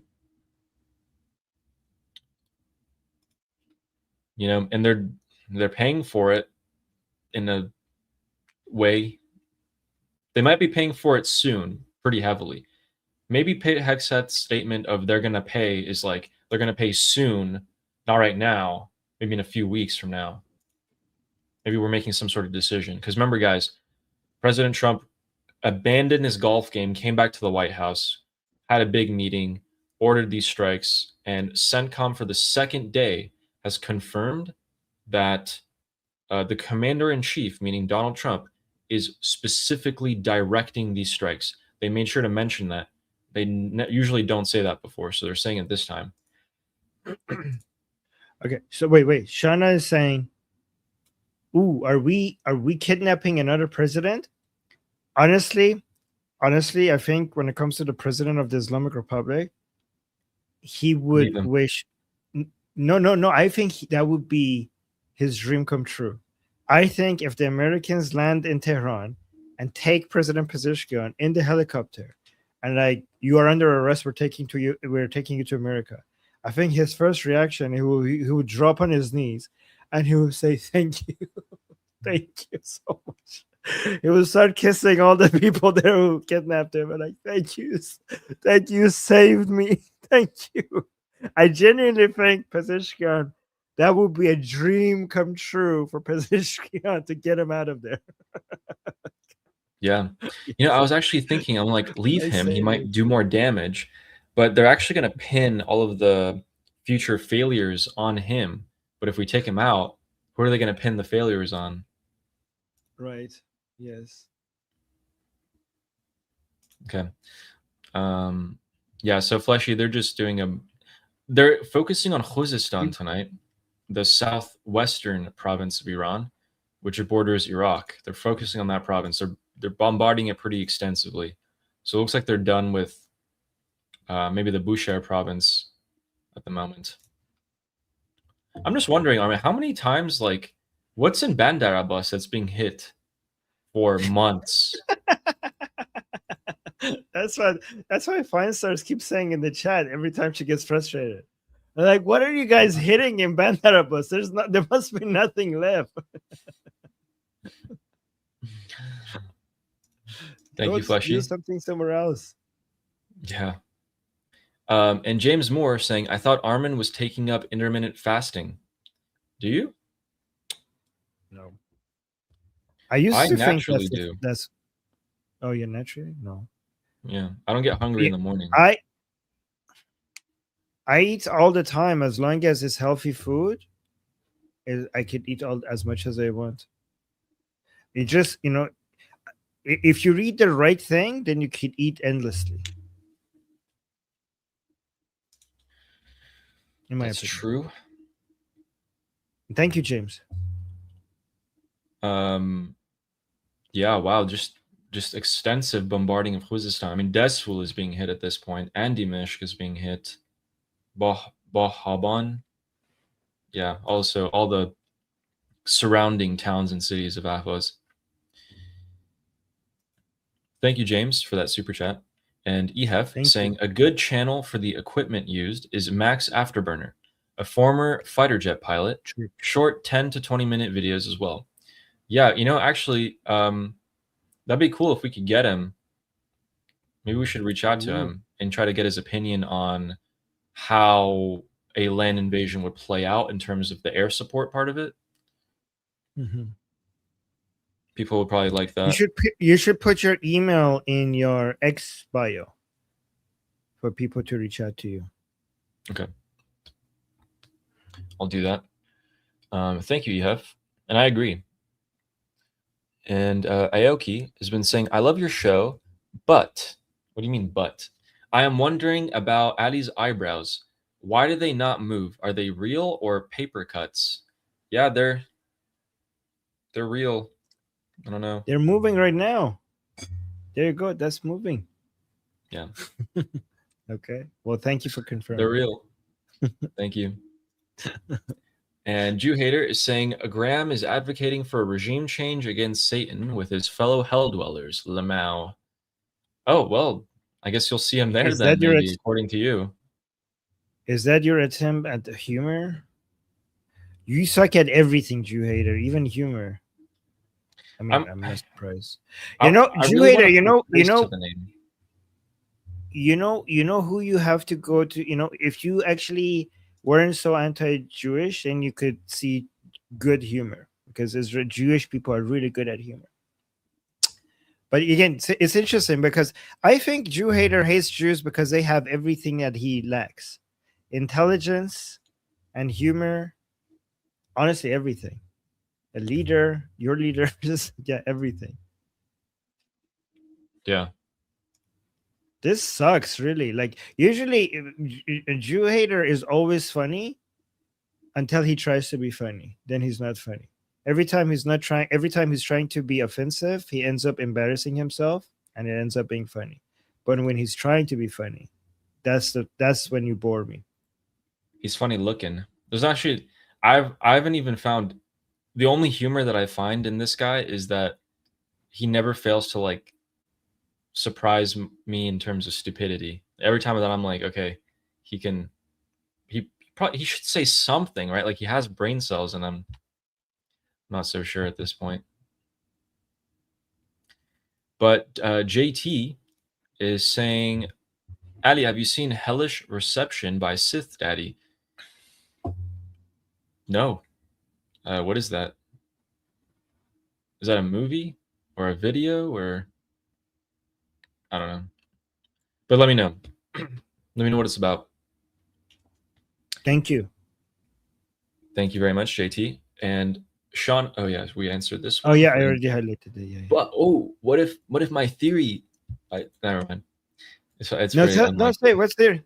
So No, I what's made that? this theory a while ago that what if they're going to pull a Maduro on Mojtaba Khamenei?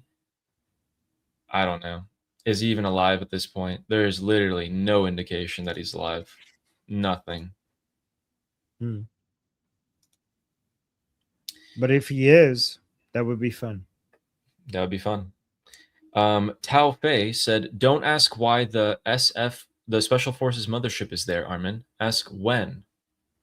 But the thing is, they were there for like months before the Maduro raid. They were there for a while, so it's not like they just showed up and then Maduro got snatched. So we don't know. But it makes sense for them to practice. I mean, it's hot over there and it's desert, and it's not the jungles of Caracas. But thank you, Tao Fei. I think Tao Fei's I think he's on the mothership. Sounds like it. Oh. I Thank think you for the super chat. I think he's suggesting ask when they will, not when they will arrive, like when they will actually carry out an operation. Like they are going to do something significant, so it's a matter of when they would do it. I think that's what he means. Mm-hmm. Thank you. When will they do it? I don't know. And James Moore is saying radar satellites see through clouds. Correct. Radar satellites see through clouds. Yeah. Yeah. That's great. I'm just not sure if they can differentiate between like specific ships. Tao's saying, Adi, shh, don't tell anyone. But hey, maybe I'm wrong. Maybe the radar satellites can differentiate between what type of ship is there, depending on the size, of course. But if they're generally the same size, I think it's pretty hard to get a concise reading. Thank you, James. I didn't think about that. And Rads is saying, look, this isn't going to end until there's boots on the ground. The United States and Israel should be taking this time to train separatist groups and arm them to fight against IRGC, and the tunnels Wrong. should be the targets. Oh, well, here's the thing. The Okay, separatist groups have their own objectives and agendas. What are you going to think they're going to do after you've armed them and trained them and given them intelligence and the ability to take land in Iran? Or do you think they're just going to give it back and be like, we who've wanted a Kurdistan forever and we're communist separatists are just going to give it back for you and just walk away? Hell no. This is honestly the worst idea. Okay. So it's true that we need boots on the ground. Okay. But the boots that you need is the Iranian patriots. So the separatist groups are so low in number compared to the Iranians who their highest priority is to preserve the border integrity of Iran. The greatest force that you have against the Islamic Republic are the Iranian people. The Iranian people against the regime. So anybody who wants the Islamic Republic to fall, if you do anything that will turn the Iranian people against you, you have lost your greatest force against the Islamic Republic. The easiest way to make the Iranian people turn against you is to support the separatist groups. If you support the separatist group, the Iranian people will turn against you, and then you lose your greatest asset. You will lose your greatest asset against the Islamic Republic. This is the worst idea that you could have come up with, honestly. So if you want to train and arm anyone against the Islamic Republic, you have to rely on the Iranian people, not separatist groups. The separatist groups have no support in Iran, and the minority ethnic groups are also against them because they're patriotic. And anybody who does that will basically unite all of Iran. Like, these separatist groups don't have to worry about the Islamic Republic. The main force that will stand against them will be the Iranian people themselves. So if the separatist group want to fight against the Islamic Republic, the wall that would the main obstacle in their way would be the Iranian people, who would do everything to stop them. Because the Iranian people, the number one thing that they care about is the border integrity of Iran. There is no worse plan than this plan over here. There's absolutely no worse plan than this plan over here. Sorry to say, I'm just being honest with you. This is the best way to make sure that the Islamic Republic survives. In fact, this is the best way. This is the plan that the Islamic Republic hopes that you go with. This ensures the survival of the Islamic Republic if you go with this plan. There's no plan that helps the Islamic Republic more than this plan. Yeah, just think about it this way. So you're absolutely on the right path when you say it's not going to, like, the boots on the ground are a great idea, and it's not going to end until there's boots on the ground. That's absolutely true. Depends who those people are. And when you're pointing towards the separatist groups that are already there, maybe you're thinking, hey, they're already, militants trained. They're already, have their whatever going on. Maybe we just use them. Yeah, they got their own objectives, which is completely the opposite to the Iranian population, as Armin's saying. Look at what happened in Iraq. As soon as we went in and took out Saddam and the Ba'ath Party, they started killing each other. We don't want to have anything even close to that, where there's different groups in Iran fighting each other for different objectives. That would be a disaster, because right now, everyone in Iran wants the same thing. Why mess with that? Also, keep in mind that what we're fighting for is not just the fall of the Islamic Republic. What you're fighting for is an Iran that is an ally to the rest of the world. What you're fighting for is an Iran that is an ally of Israel, that is an ally of the United States. If you get rid of the Islamic Republic and all you get after is chaos and separatist groups and basically dividing Iran into separate pieces, then you're going to have decades and decades of chaos, which is going to be an incubator for hundreds of terrorist groups, each one of them being their own Hamas-like terrorist group that will be planning many more October 7th to come. So your goal is not to just make the Islamic Republic go away. Your goal is to bring in its place an ally of the a strong ally of the United States and Israel, which the Iranian people are. So if you support separatist groups, you're not turning against the Islamic Republic. If you support separatist groups, you're turning against the Iranian people. By turning against the Iranian people love Israel. The Iranian people love United States. And this would be a great betrayal, and you are attacking the Iranian people. Remember, the separatist groups are not against the Islamic Republic. The separatist groups are against the Iranian people. and you're supporting the groups that are against the Iranian people. So you lose. You don't lose the Islamic Republic. You're also losing the Iranian people, and you lose the opportunity of having an Iran that is an ally of Israel and United States. And you're guaranteeing decades and decades of chaos and instability and terrorist groups rising from all corners of the Middle East.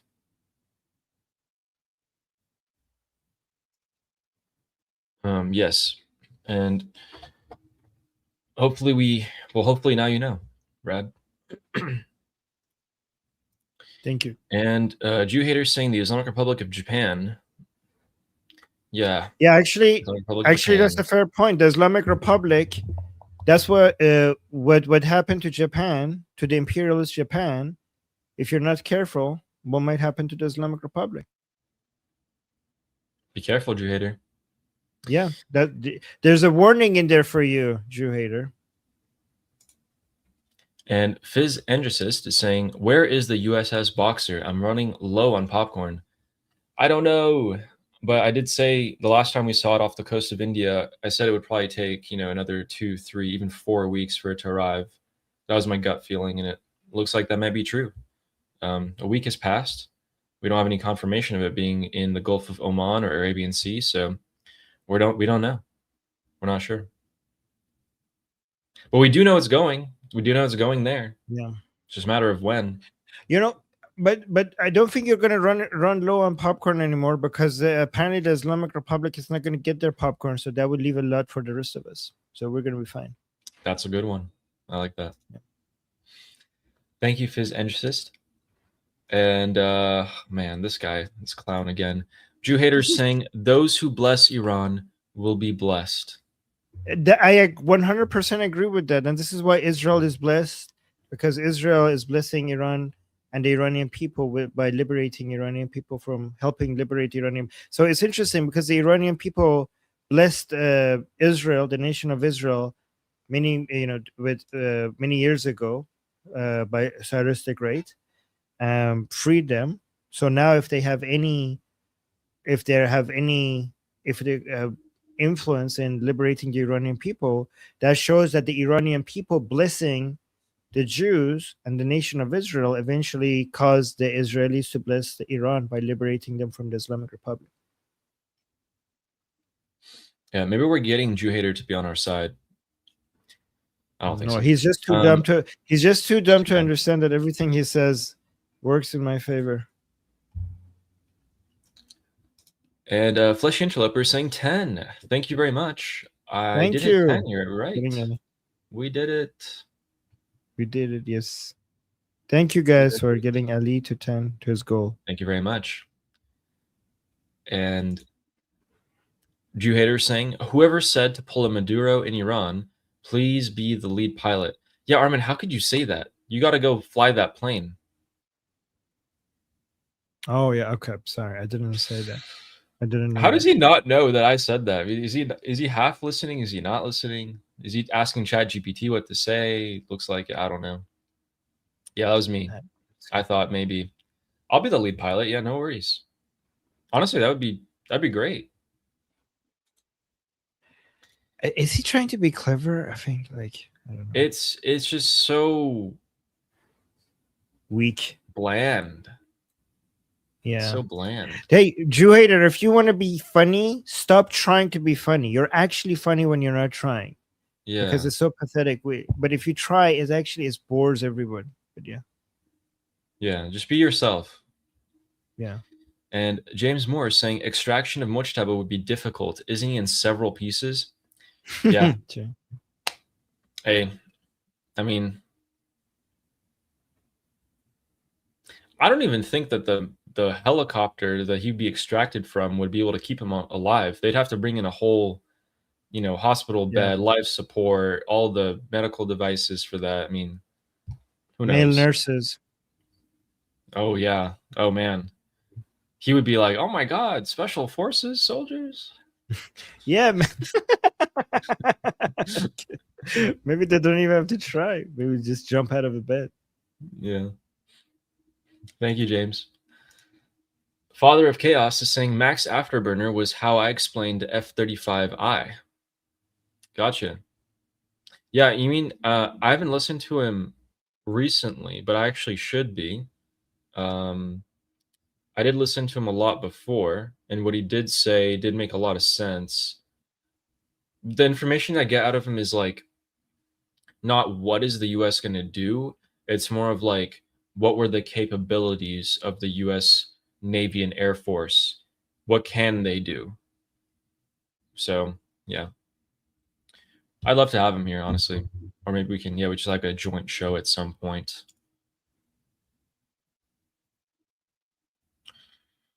Okay, there we go. Thank you, Father of Chaos. And JT, it says on YouTube, it's good. Watch it with Armin. Okay, let me Yeah, we're gonna look into this. Is Hellish Reception? What's the name? Yeah. Hellish Reception. Let me just check out what that is real quick. Ooh. Oh, it's like a. Oh, I see. I see. It's like the devil interviewing Ali Khamenei when he's finally arrived at the gates of hell, Wait. being like, "Why should I let you in?" Is it this one? Hold on. Are we talking about this? Yeah, Okay. How long is it? Oh, it's 10 minutes. 10 minutes. Let's see if we can get through we these super watch? chats. Okay, maybe we could watch it after. Okay, thank you, JT. We'll try to get to that real quick. And then Taofe said, Addy, shh.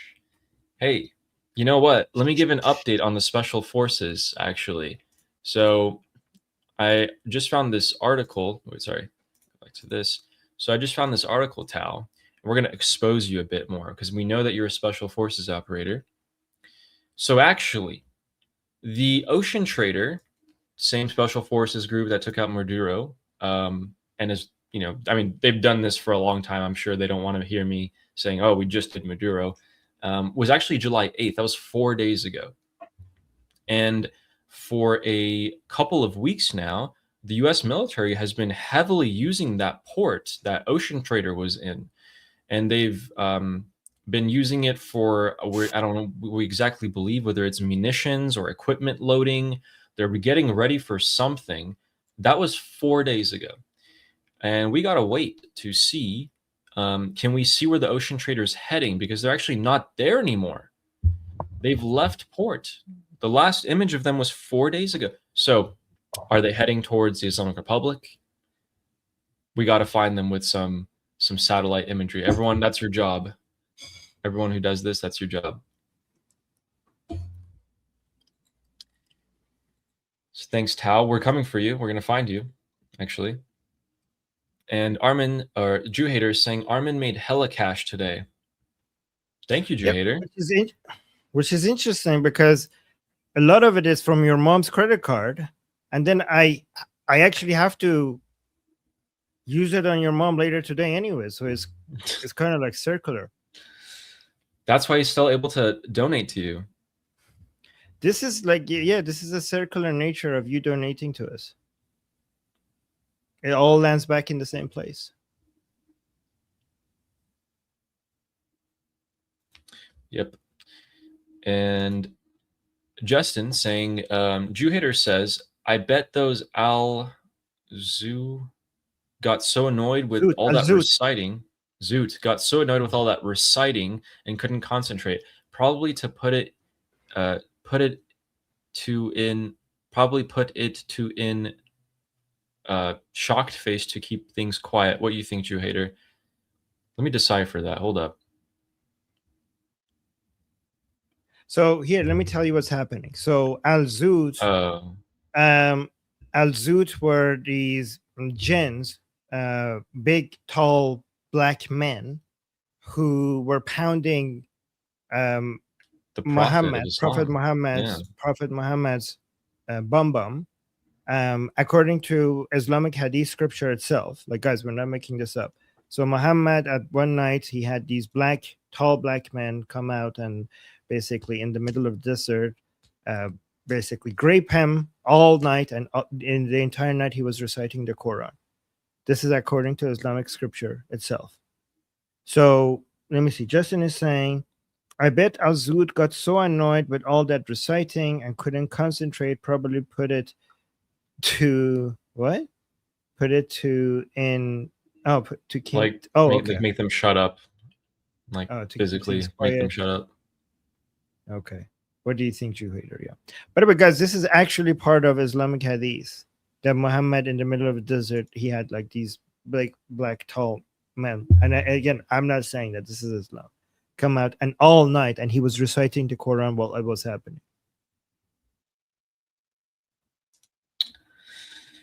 Interesting. Go look it up, guys. Go look. We're not making this up. Search Hadith Al-Zut Muhammad. Search for that. It's crazy. It's actually probably the only thing you should search about Islam, and you will win every single argument from then on with any Muslim. Yeah. And he said at the end of it that he's in pain to his friend. Yeah, well, his friend watched the whole night. Yeah, well, his friend was watching. Yeah. Yeah, I don't know. Not the king. And then we have this clown again. You have a weird religion. Like, come on, man. That's like weird. You guys have the weirdest religion. And Jew haters saying the foreign agents who hate themselves were already caught by Iran and dealt with already. No one left to arm. Graham just met them today. So, so guys, this is Jew hater justifying the genocide of the Iranian people that happened. What a great thing to joke about. Yeah. Yeah. But the death of Lindsey Graham and the massacre of the Iranian people, you managed to do it in one super chat. That's incredible. This is how violent, disgusting these people are. Yep, all of them. Never fails to surprise me.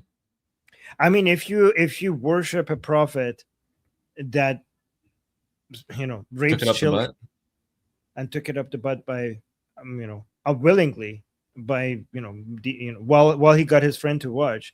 I mean, if you believe in those two things, you might as well believe in that. Why not? Yep. Yeah.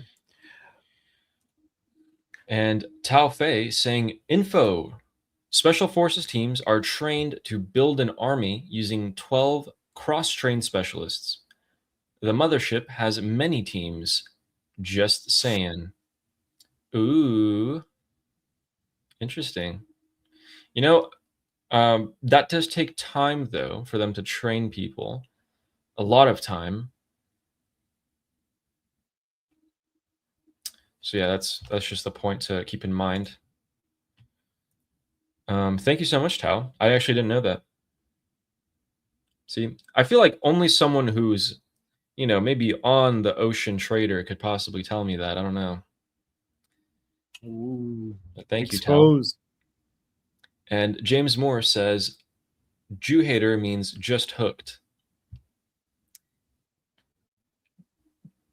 I hope so. Maybe we should just say just hooked. Maybe saying Jew hater to him is, maybe that's egging him on. I don't know. No, I want people to know how vile this person is. Yeah. Yeah, he's a disgusting piece of garbage, actually. James, you can go way deeper. You can insult him as much as you want. Every one of you can. We don't mind. Thank you, James. Koala Kating is saying, Koala Katie said, having a bad day? Read a few Jew haters super chats and realize you can't possibly suck at life that bad. Never intelligent thought and paying to let us all know that. Brilliant. I just really want to put a face to the name, and I want to know where his money's coming from. That is all I want to know. I don't care about anything else. I know everything else.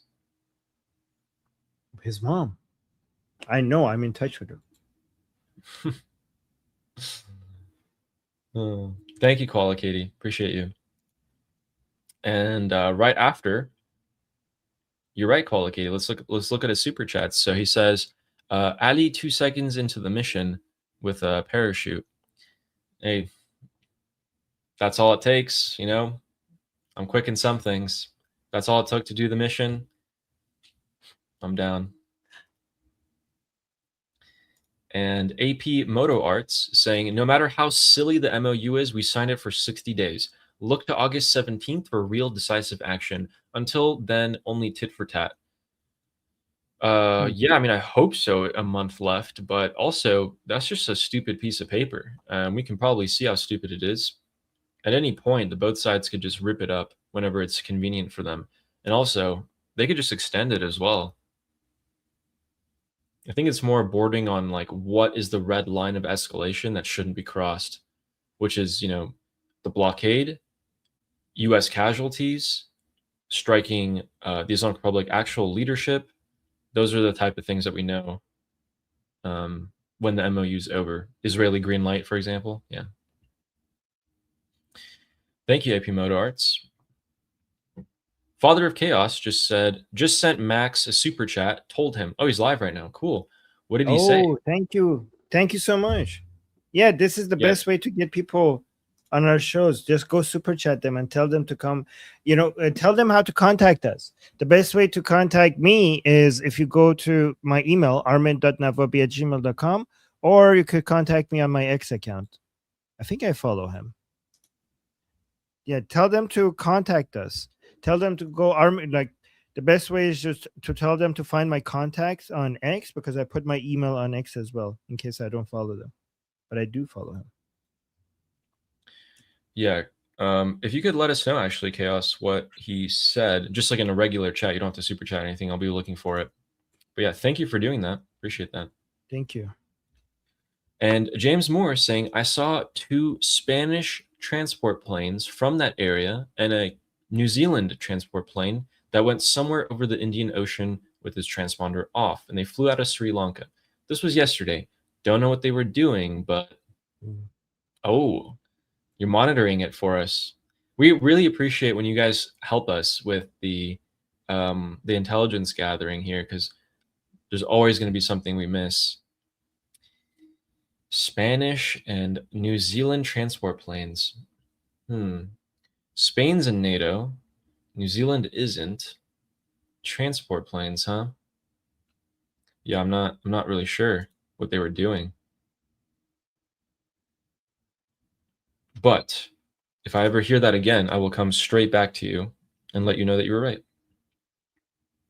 Thank you very much, James. Justin said, sorry, typo. Put it in the mouth to keep things quiet. No, we definitely got that. We definitely understood that one. Just not sure it went there. I think it went somewhere else, apparently.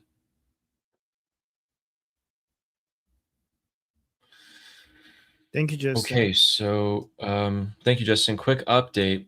U.S. officials have stated that you can expect that tonight's attacks will see a larger wave of U.S. strikes against Iranian military targets compared to the previous strikes carried out.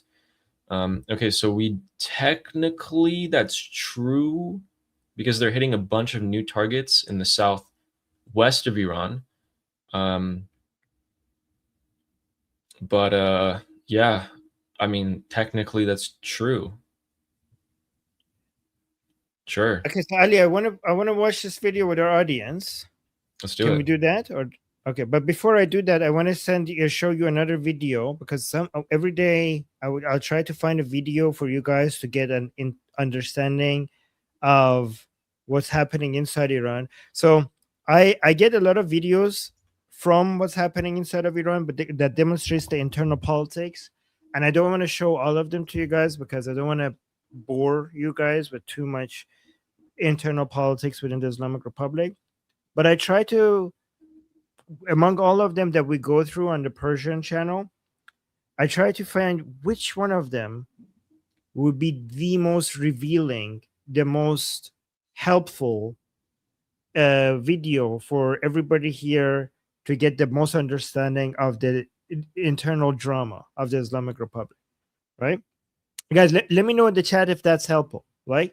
So like, for example, every day on the Persian channel, which is mostly our audience is mostly inside Iran, we go over, I don't know, between 10 to 14 videos of the videos that we review. And then I say like, okay, this one is good for the English channel. So for everybody to get an update regarding the internal drama and infighting within the Islamic Republic, right? So you guys know that we're not making stuff up, right? So that the internal division, the frustration, the different sides that people are taking is based on actual information that we have from them, right? So here, this video is very telling, right?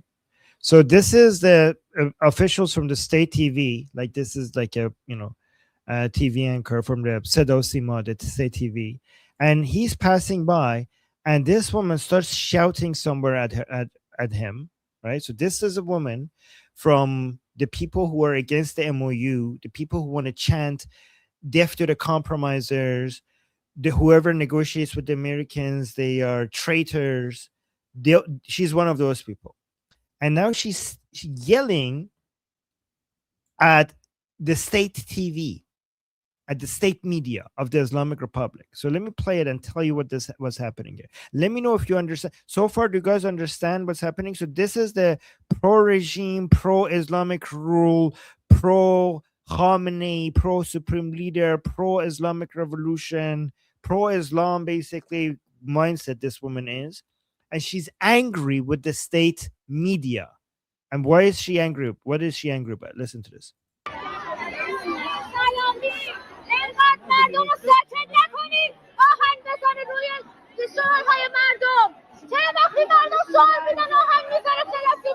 So she's saying stop censoring people by playing music over their chants. Okay. So she's saying to the state TV personnel, stop censoring people by playing music over our chants on TV. So listen to this.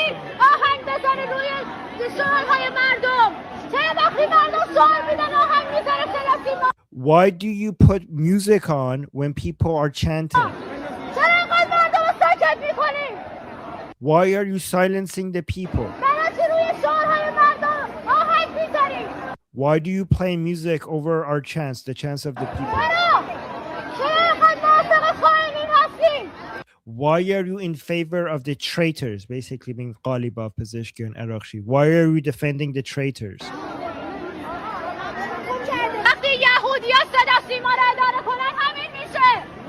When the Jews are controlling the state media, this is the result. She's saying this is because the Jews have taken over. The Jews have taken over the state media of the Islamic Republic. That's what she's saying. Wait, what?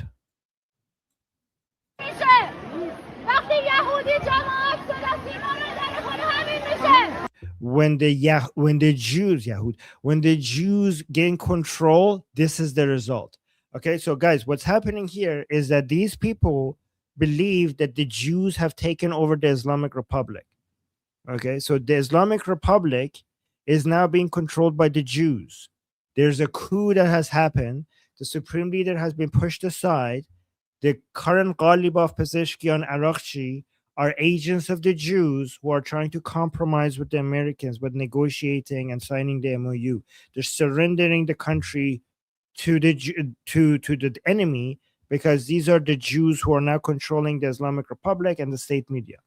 And the reason why she's complaining is she's saying that she's noticing that on state TV, when the people are chanting, when they say death to America and death to Israel, they let that play.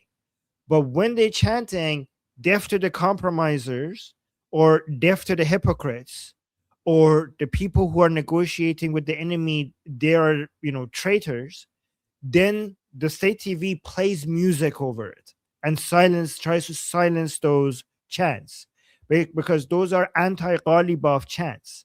And this shows that Ghalibaf has taken over the state more control over the state media. And these people are noticing that the regime is silencing not just our people who are anti-regime, the secular anti-regime uprising people, but now the Islamic jihadi people who want revenge, who want no compromise, they're noticing that they're being silenced as well. This is what we predicted 5 years ago. This is what I coined the double uprising 5 years ago. I told people that this will happen one day before any of this, before the 12-day war, before the 40-day war, before the death of Khamenei, before any of this. I told everybody that there will be a day where the Islamic Republic has the secular anti-regime Iranians to deal with, but also its own base of support will turn against it, and it will be a double uprising. The 95%, the more than 95% of the Iranian people who want a secular government, democratic secular government with normal relationship with the rest of the world, and the less than 5% Islamically minded, jihadi, anti-American, anti-Israeli, they will also one day turn against the Islamic Republic. And this is what's happening. And not only this is happening, so guys, this is a demonstration that everything that we've been telling you is not an exaggeration. Not only is not an exaggeration, it's been escalating to the point that the regime is censoring these chants by playing music over them. Let me know if this was helpful and educational for you to see what's happening. Did you guys understand what's happening here? Like based on the translation and the explanation? Let me know if it was clear, and was it also educational regarding the current political dynamics in Iran? What do you think, Ellie? I think you're absolutely right. If we just take a look at this signal on its own, it might not mean much. But if you watch the show this week, you see that there was another like 5-6 signals that are all just like this. And these are all happening these past 2 weeks in the Islamic Republic. They can't control their own followers. They're trying their best to do it, though. It's going to be a problem for them. Okay. We got 2 more super chats. Let's respond to those before we go to this video that was recommended to us in a super chat. And Ehef said, if we arm people, we should give the guns to Reza Pahlavi and let him and his people handle distribution. So I think they've already started on that, actually.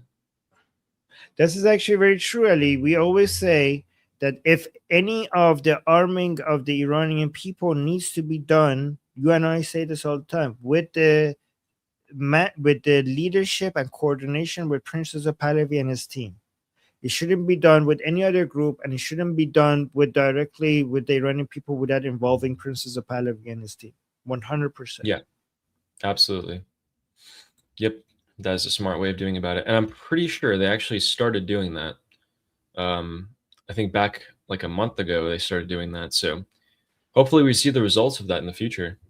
I'm really looking forward to it. And thank you, Ehef. And Justin is saying, in all seriousness, hypothetical. We take out every streets like level IRGC, the boots, the turbans, the suits, we take out everything. What's to stop the 5 million civilian supporters of the Islamic Republic from taking their place? Or can we count on the people to stop that? Okay, if we look back to January, they didn't even have enough people to like do it, so they had to bring in external terrorists to come and help them. And maybe back then you could argue that there were 5 million civilian supporters of the Islamic Republic. It's not even 400,000. I mean, it's 400,000 if you're looking at the funeral of Ali Khamenei.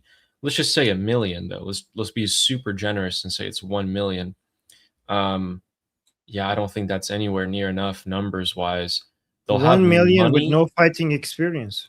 With like these people will run. They will piss their pants and run away as soon as they if they see the overwhelming millions of Iranian people coming at them. These people, they pretend like they're willing to die. They're not even willing to. They're not even willing to show up for a funeral unless they're handing out eggs. They also need guns. That's why they tried to distribute AKs across the different mosques to the regime supporters. But even back then, we were telling you, how many people can they possibly arm? How many AKs and guns are they, and bullets, most importantly, are they able to give to random people who are just going to be cannon fodder at the end of the day? So yeah, hopefully, don't worry, Justin. That's a far-fetched scenario.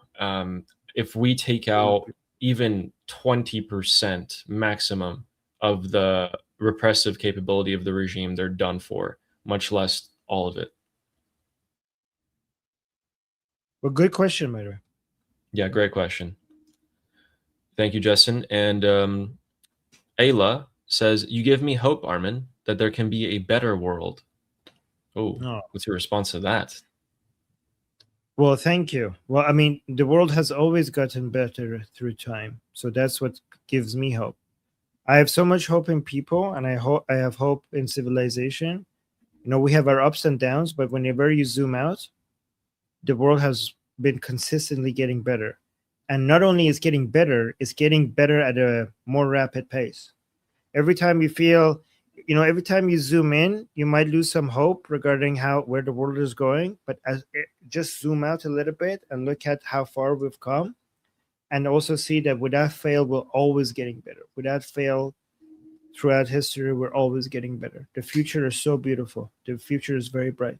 And thank you for saying that, because that's what I try to do. Yeah, it's really sweet of you.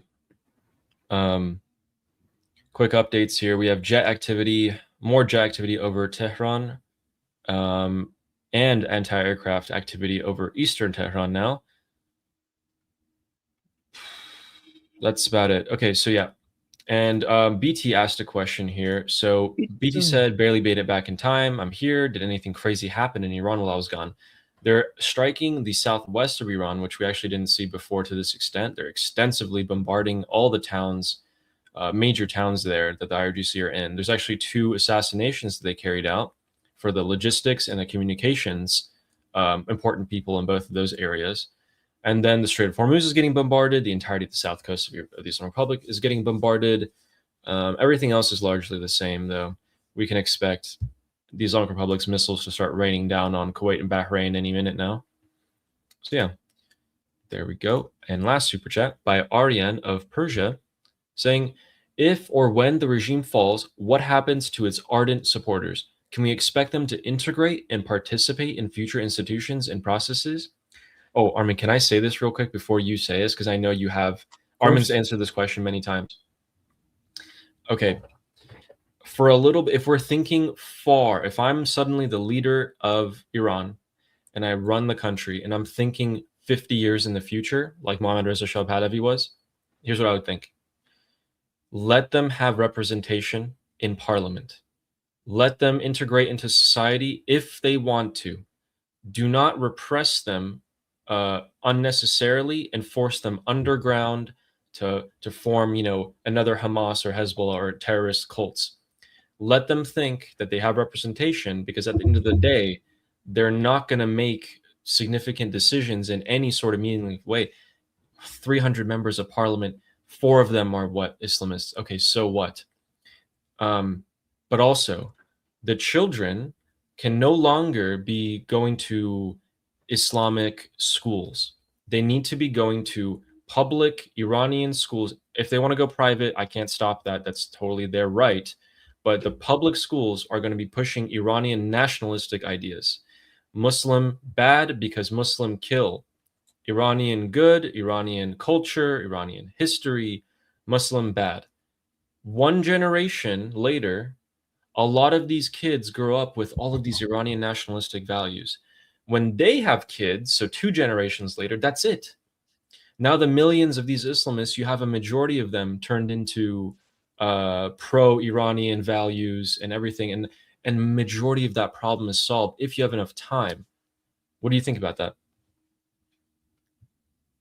Yeah, I mean, if they want to have representation, that representation cannot be Islamic. Like, they could vote for whoever they want, but the government will be secular. There will be no Islamic government, right? For sure. But the way I look at it, so yeah, I mean, you don't want to silence people by force, right? But you will crush every single one of them if they want to do any terroristic activities or any operations against stability of the government. Then the full force of the government should come down upon them, right? So based on that, there will be there's 3 categories of these people. Those who were just, even though if they have some bad ideas and, some of their ideas are aligned with the regime, they're mostly were doing what they were doing because they were getting paid. And if they get paid by the new government or the new job, they will just do what they're told because of their new employees. That's the first category.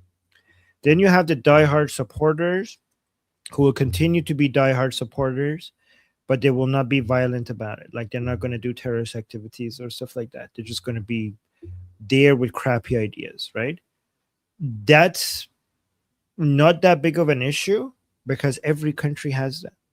I mean, United States has racists, Nazis, communists. As long as we're going to have our fair share of garbage, people with garbage ideas. Every country has its fair share of garbage ideas, right?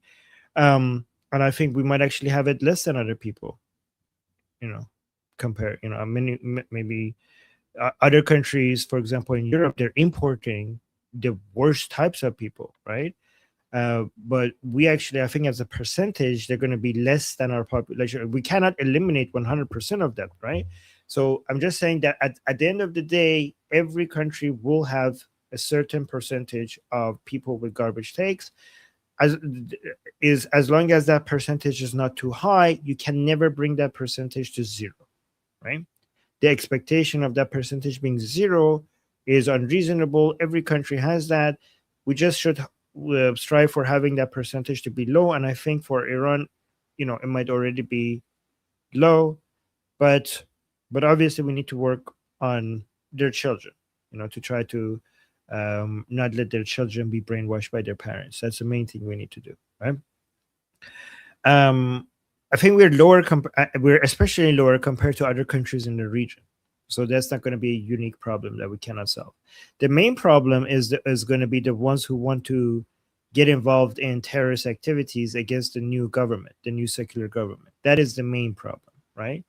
That is the one that we need to basically calm down. That's going to be our Hamas.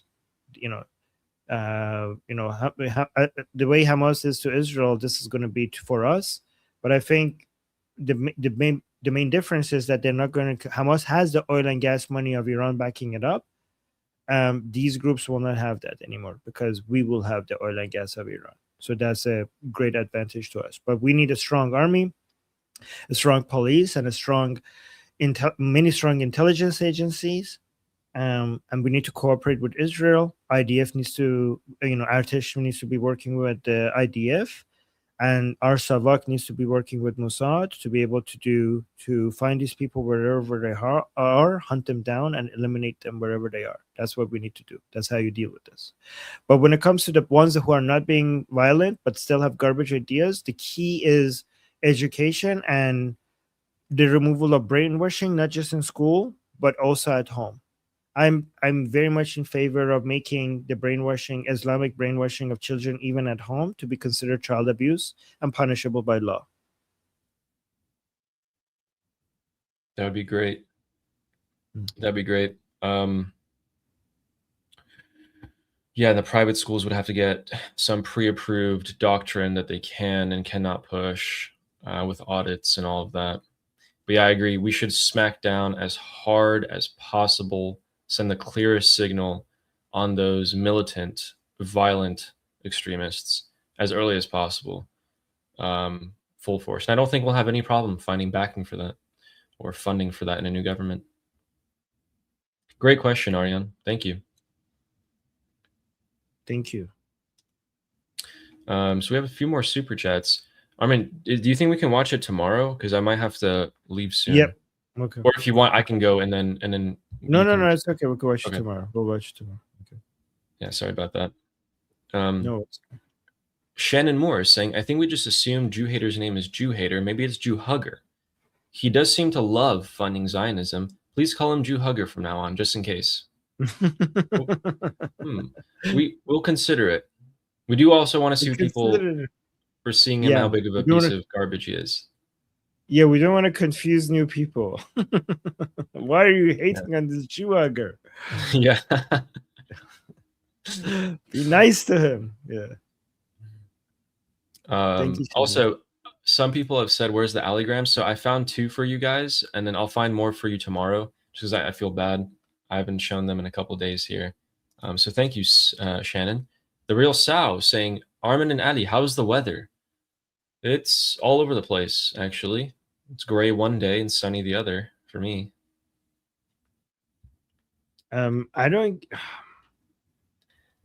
I don't get out much, so I don't know. I'm working so hard these days.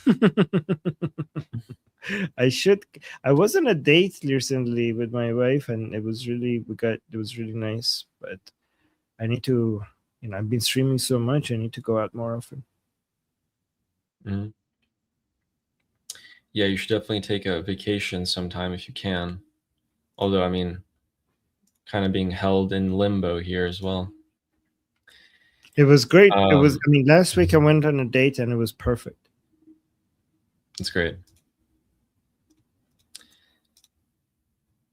Okay, so, and then the Real Sal also said, hi, Eddie. And hi, Armin. Hi. Hello. Hi. Thank you. Hello. Hello. The Real Sal also said, how are you feeling, Armin? How are you, buddy? Oh, let me see. Thank you. Saying, how are you feeling, Armin? How are you, buddy? Well, I'm good. I'm feeling good. It's always fun to hang out with Ali and you guys over here. So, yeah. Guys, I really do enjoy. I'm doing this. Like, this is even if I had everything in the world, even if I had, like, I don't know, $10 trillion, this is what I would choose to spend my time on. So, yeah, I'm good. I'm good doing what I love doing the most with you guys and with Ali here. So, yeah. That's great. That's why everyone loves you. And thanks to Real Sal for checking in on Armin. And File said, what do you think the chances are that the regime supporter civilians will start riots, uprising against the compromisers, quote unquote, and etc., before the real uprising by the Iranian people? It is a real possibility. They have promised that they would do that. That's why they wear their white shrouds, to say that when we do an uprising, we're not going to be afraid of you killing us. So we have to see how serious that's going to get. But they have said for a couple of years now that one day they are going to do that. I sure hope so. That'd be great. Also, this type of, like, when you do analysis on these type of things, you can use all the logic and reasoning in the world, and then when it comes down to it, the IRGC could just start shooting each other, and you don't know why, and then you find out afterwards. So, guys, keep that in mind, even if it's unlikely. Thank you, File. Thank you. And Motorpool Grease Monkey has said, hello. Hello. Guys, are you going live, Monkey, today? I think so, right? Let's see. Yeah, here. Yes, the legacy of Lindsey Graham. Legacy of Lindsey Graham. Wow. Look at that. That's beautiful. Guys, I'm going to put the link to Monkey's channel in the chat. Go subscribe to him. Look at him. He's he's getting to 1,000 soon, so he's going to be able to monetize. Sweet. So he's at 634 subscribers right now, and he's going to go live right after us. So the link to his channel is in the chat. Great. And yeah, go watch this. He's going to be talking about the legacy of Lindsey Graham today. Yes. And he goes live also, after us. Also subscribe to Ali. People on my channel, go subscribe to Ali, because we're trying to get him to 10,000. We're trying to get Ali to 10,000. He's almost at 3 now. Heck yeah. 2.5 almost, pretty much. Yeah. It's been great. Thank you, everyone. Seriously, thank you so much. Thank you. Royna Pora is saying, we all know in our hearts that this can no longer end in agreement. Sure hope you're right. You're right. No, they're 100% right. There's no agreement that could end this conflict. 100%. And that was. You might not have to wait too long for that. The special forces are here. Okay, so that does seem to be it for the strikes, actually. There aren't any new explosions that have been coming out. Again, the new area of the Islamic Republic that was hit tonight was the southwestern province, which has not been hit before. The implication of that is that if you look at a map of Iran, the invasion of troops can only happen from the south coast, from the Persian Gulf, and the southwestern part of Iran through the land, from Iraq into Iran. Those are the two parts that you can have troops go in. And those are the two parts that have been being bombarded. So these are definitely preparations, and to keep the United States military option open to conduct a land operation if they need to. I'm not saying that the decision has been made. I'm just saying that they're ready for it, just in case. Yeah, okay, so as I promised, I'm going to show you guys a couple allograms, and then, where is it? There it is. Here we go. Oh no, don't do this to me. Of course. Of course. Okay, so we'll have one here. And this will generally reflect the... Did the admin delete it? Did the admin delete it? The admin Okay, deleted it. screenshot them. I have to screenshot it. Guys, the admins are deleting that. So this, okay. Wow, they're cracking down. The admins don't go in and delete all the heinous insults that they throw at each other, but they go in and delete the specifically constructed political statements. God. Like I have to sift through so much Islamic Durkha insults being thrown at each other, and then I finally get to a good statement and they just delete it. It's so man. That's the one that they can't take. That's one that they take. So this guy is saying, so the guys, this is an IRGC group chat. They watch the news, the IRGC news, and they come into the official IRGC group chat to discuss the news and stuff. And so these are all Islamic regime supporters, pretty diehard ones. One of them saying, don't try to like talk to the US. They won't stop until they kill the entirety of the Iranian people. Tomorrow they'll say, oh, look, America's undermining us. No. Esfand, which is what month of the American calendar? A few months ago, basically, everyone was behind the Islamic Republic because the Americans were attacking us indiscriminately. But right now, there's no justification for continuing the war except to destroy our own country. So some people have been taking this position. We're just tired. Even though we're pro IRGC, we're pro Islamic Republic, we're tired. Before, we're seeing our entire country get bombed. It made sense to back the Islamic Republic. But now, look at what's happening to us. We're just getting our country destroyed economically in every sense. We're losing the negotiations. Stop. I'm not going to keep on supporting you guys if you want to continue the war. And we can see the supporters are generally in a sense of discontent. I mean, even in the mosques and in the gatherings as well. So this is what's being said in the group chats. And then you guys can also see it in public as well. Interesting. See, but yeah, and then they also do this really stupid argument where they are like, hey, look at what happened in Iraq and Afghanistan, Libya, Syria, and all these countries. If we surrender to them, do you think they'll just like leave us alone? No, they're gonna kill everyone in Iran and all of this and that. I'm just like, oh my God, guys, there's seriously people who actually think that.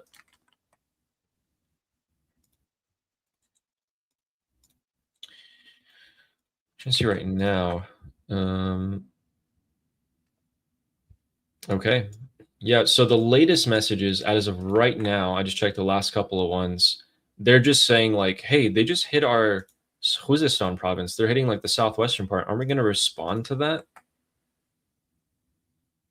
Yeah. Getting angry because, yeah, this is a constant message I see from the pro-regime people. Like, oh my God, they hit this. Why are we not responding? Oh my God, the Americans hit that. So Feinstrass, they have your version on their side as well. They're like, oh my God, the Americans are basically doing everything they want, and why is it is so embarrassing? Why are we not responding? So they have, in server and Feinstrass in their chat as well in their Telegram groups. Yep. So I will go through and find some more over there. Hopefully some good ones. I'll try to filter for some keywords. Maybe it'll save me some time. But yeah, guys, please make sure you subscribe to both of our channels. We are here every day when we do this. We cover the past 24 hours of everything that's Iran related, And then we give you our analysis based on evidence so you guys can decide what you think is going to happen next. We're here every day. Oh, I'm sorry, fine, sir. I'm sorry. She's saying, don't insult me like that. Okay, no, I was joking. Okay. No, I was joking. I'm sorry. Yes, and guys, subscribe to Liberty Politics and Ali's channel and the Monkey channel. And yeah, guys, if you're wherever you're watching this, like, subscribe, follow, and leave a comment and share us to everybody, friends, enemies, everybody, so that we could grow. You guys know that we have the best takes here. You guys know it. Like, you don't deny it. You guys know that the stuff that we give you here, you're not going to get anywhere else. So just share it so that more people come and benefit from our, analysis and also the information that you're not going to get anywhere else. Okay, I've been saying 5 stars is saying I forgive you. Maybe okay. Playing hard to get. Alrighty then. Okay. All right, guys, we're gonna go. We'll see you guys same time tomorrow.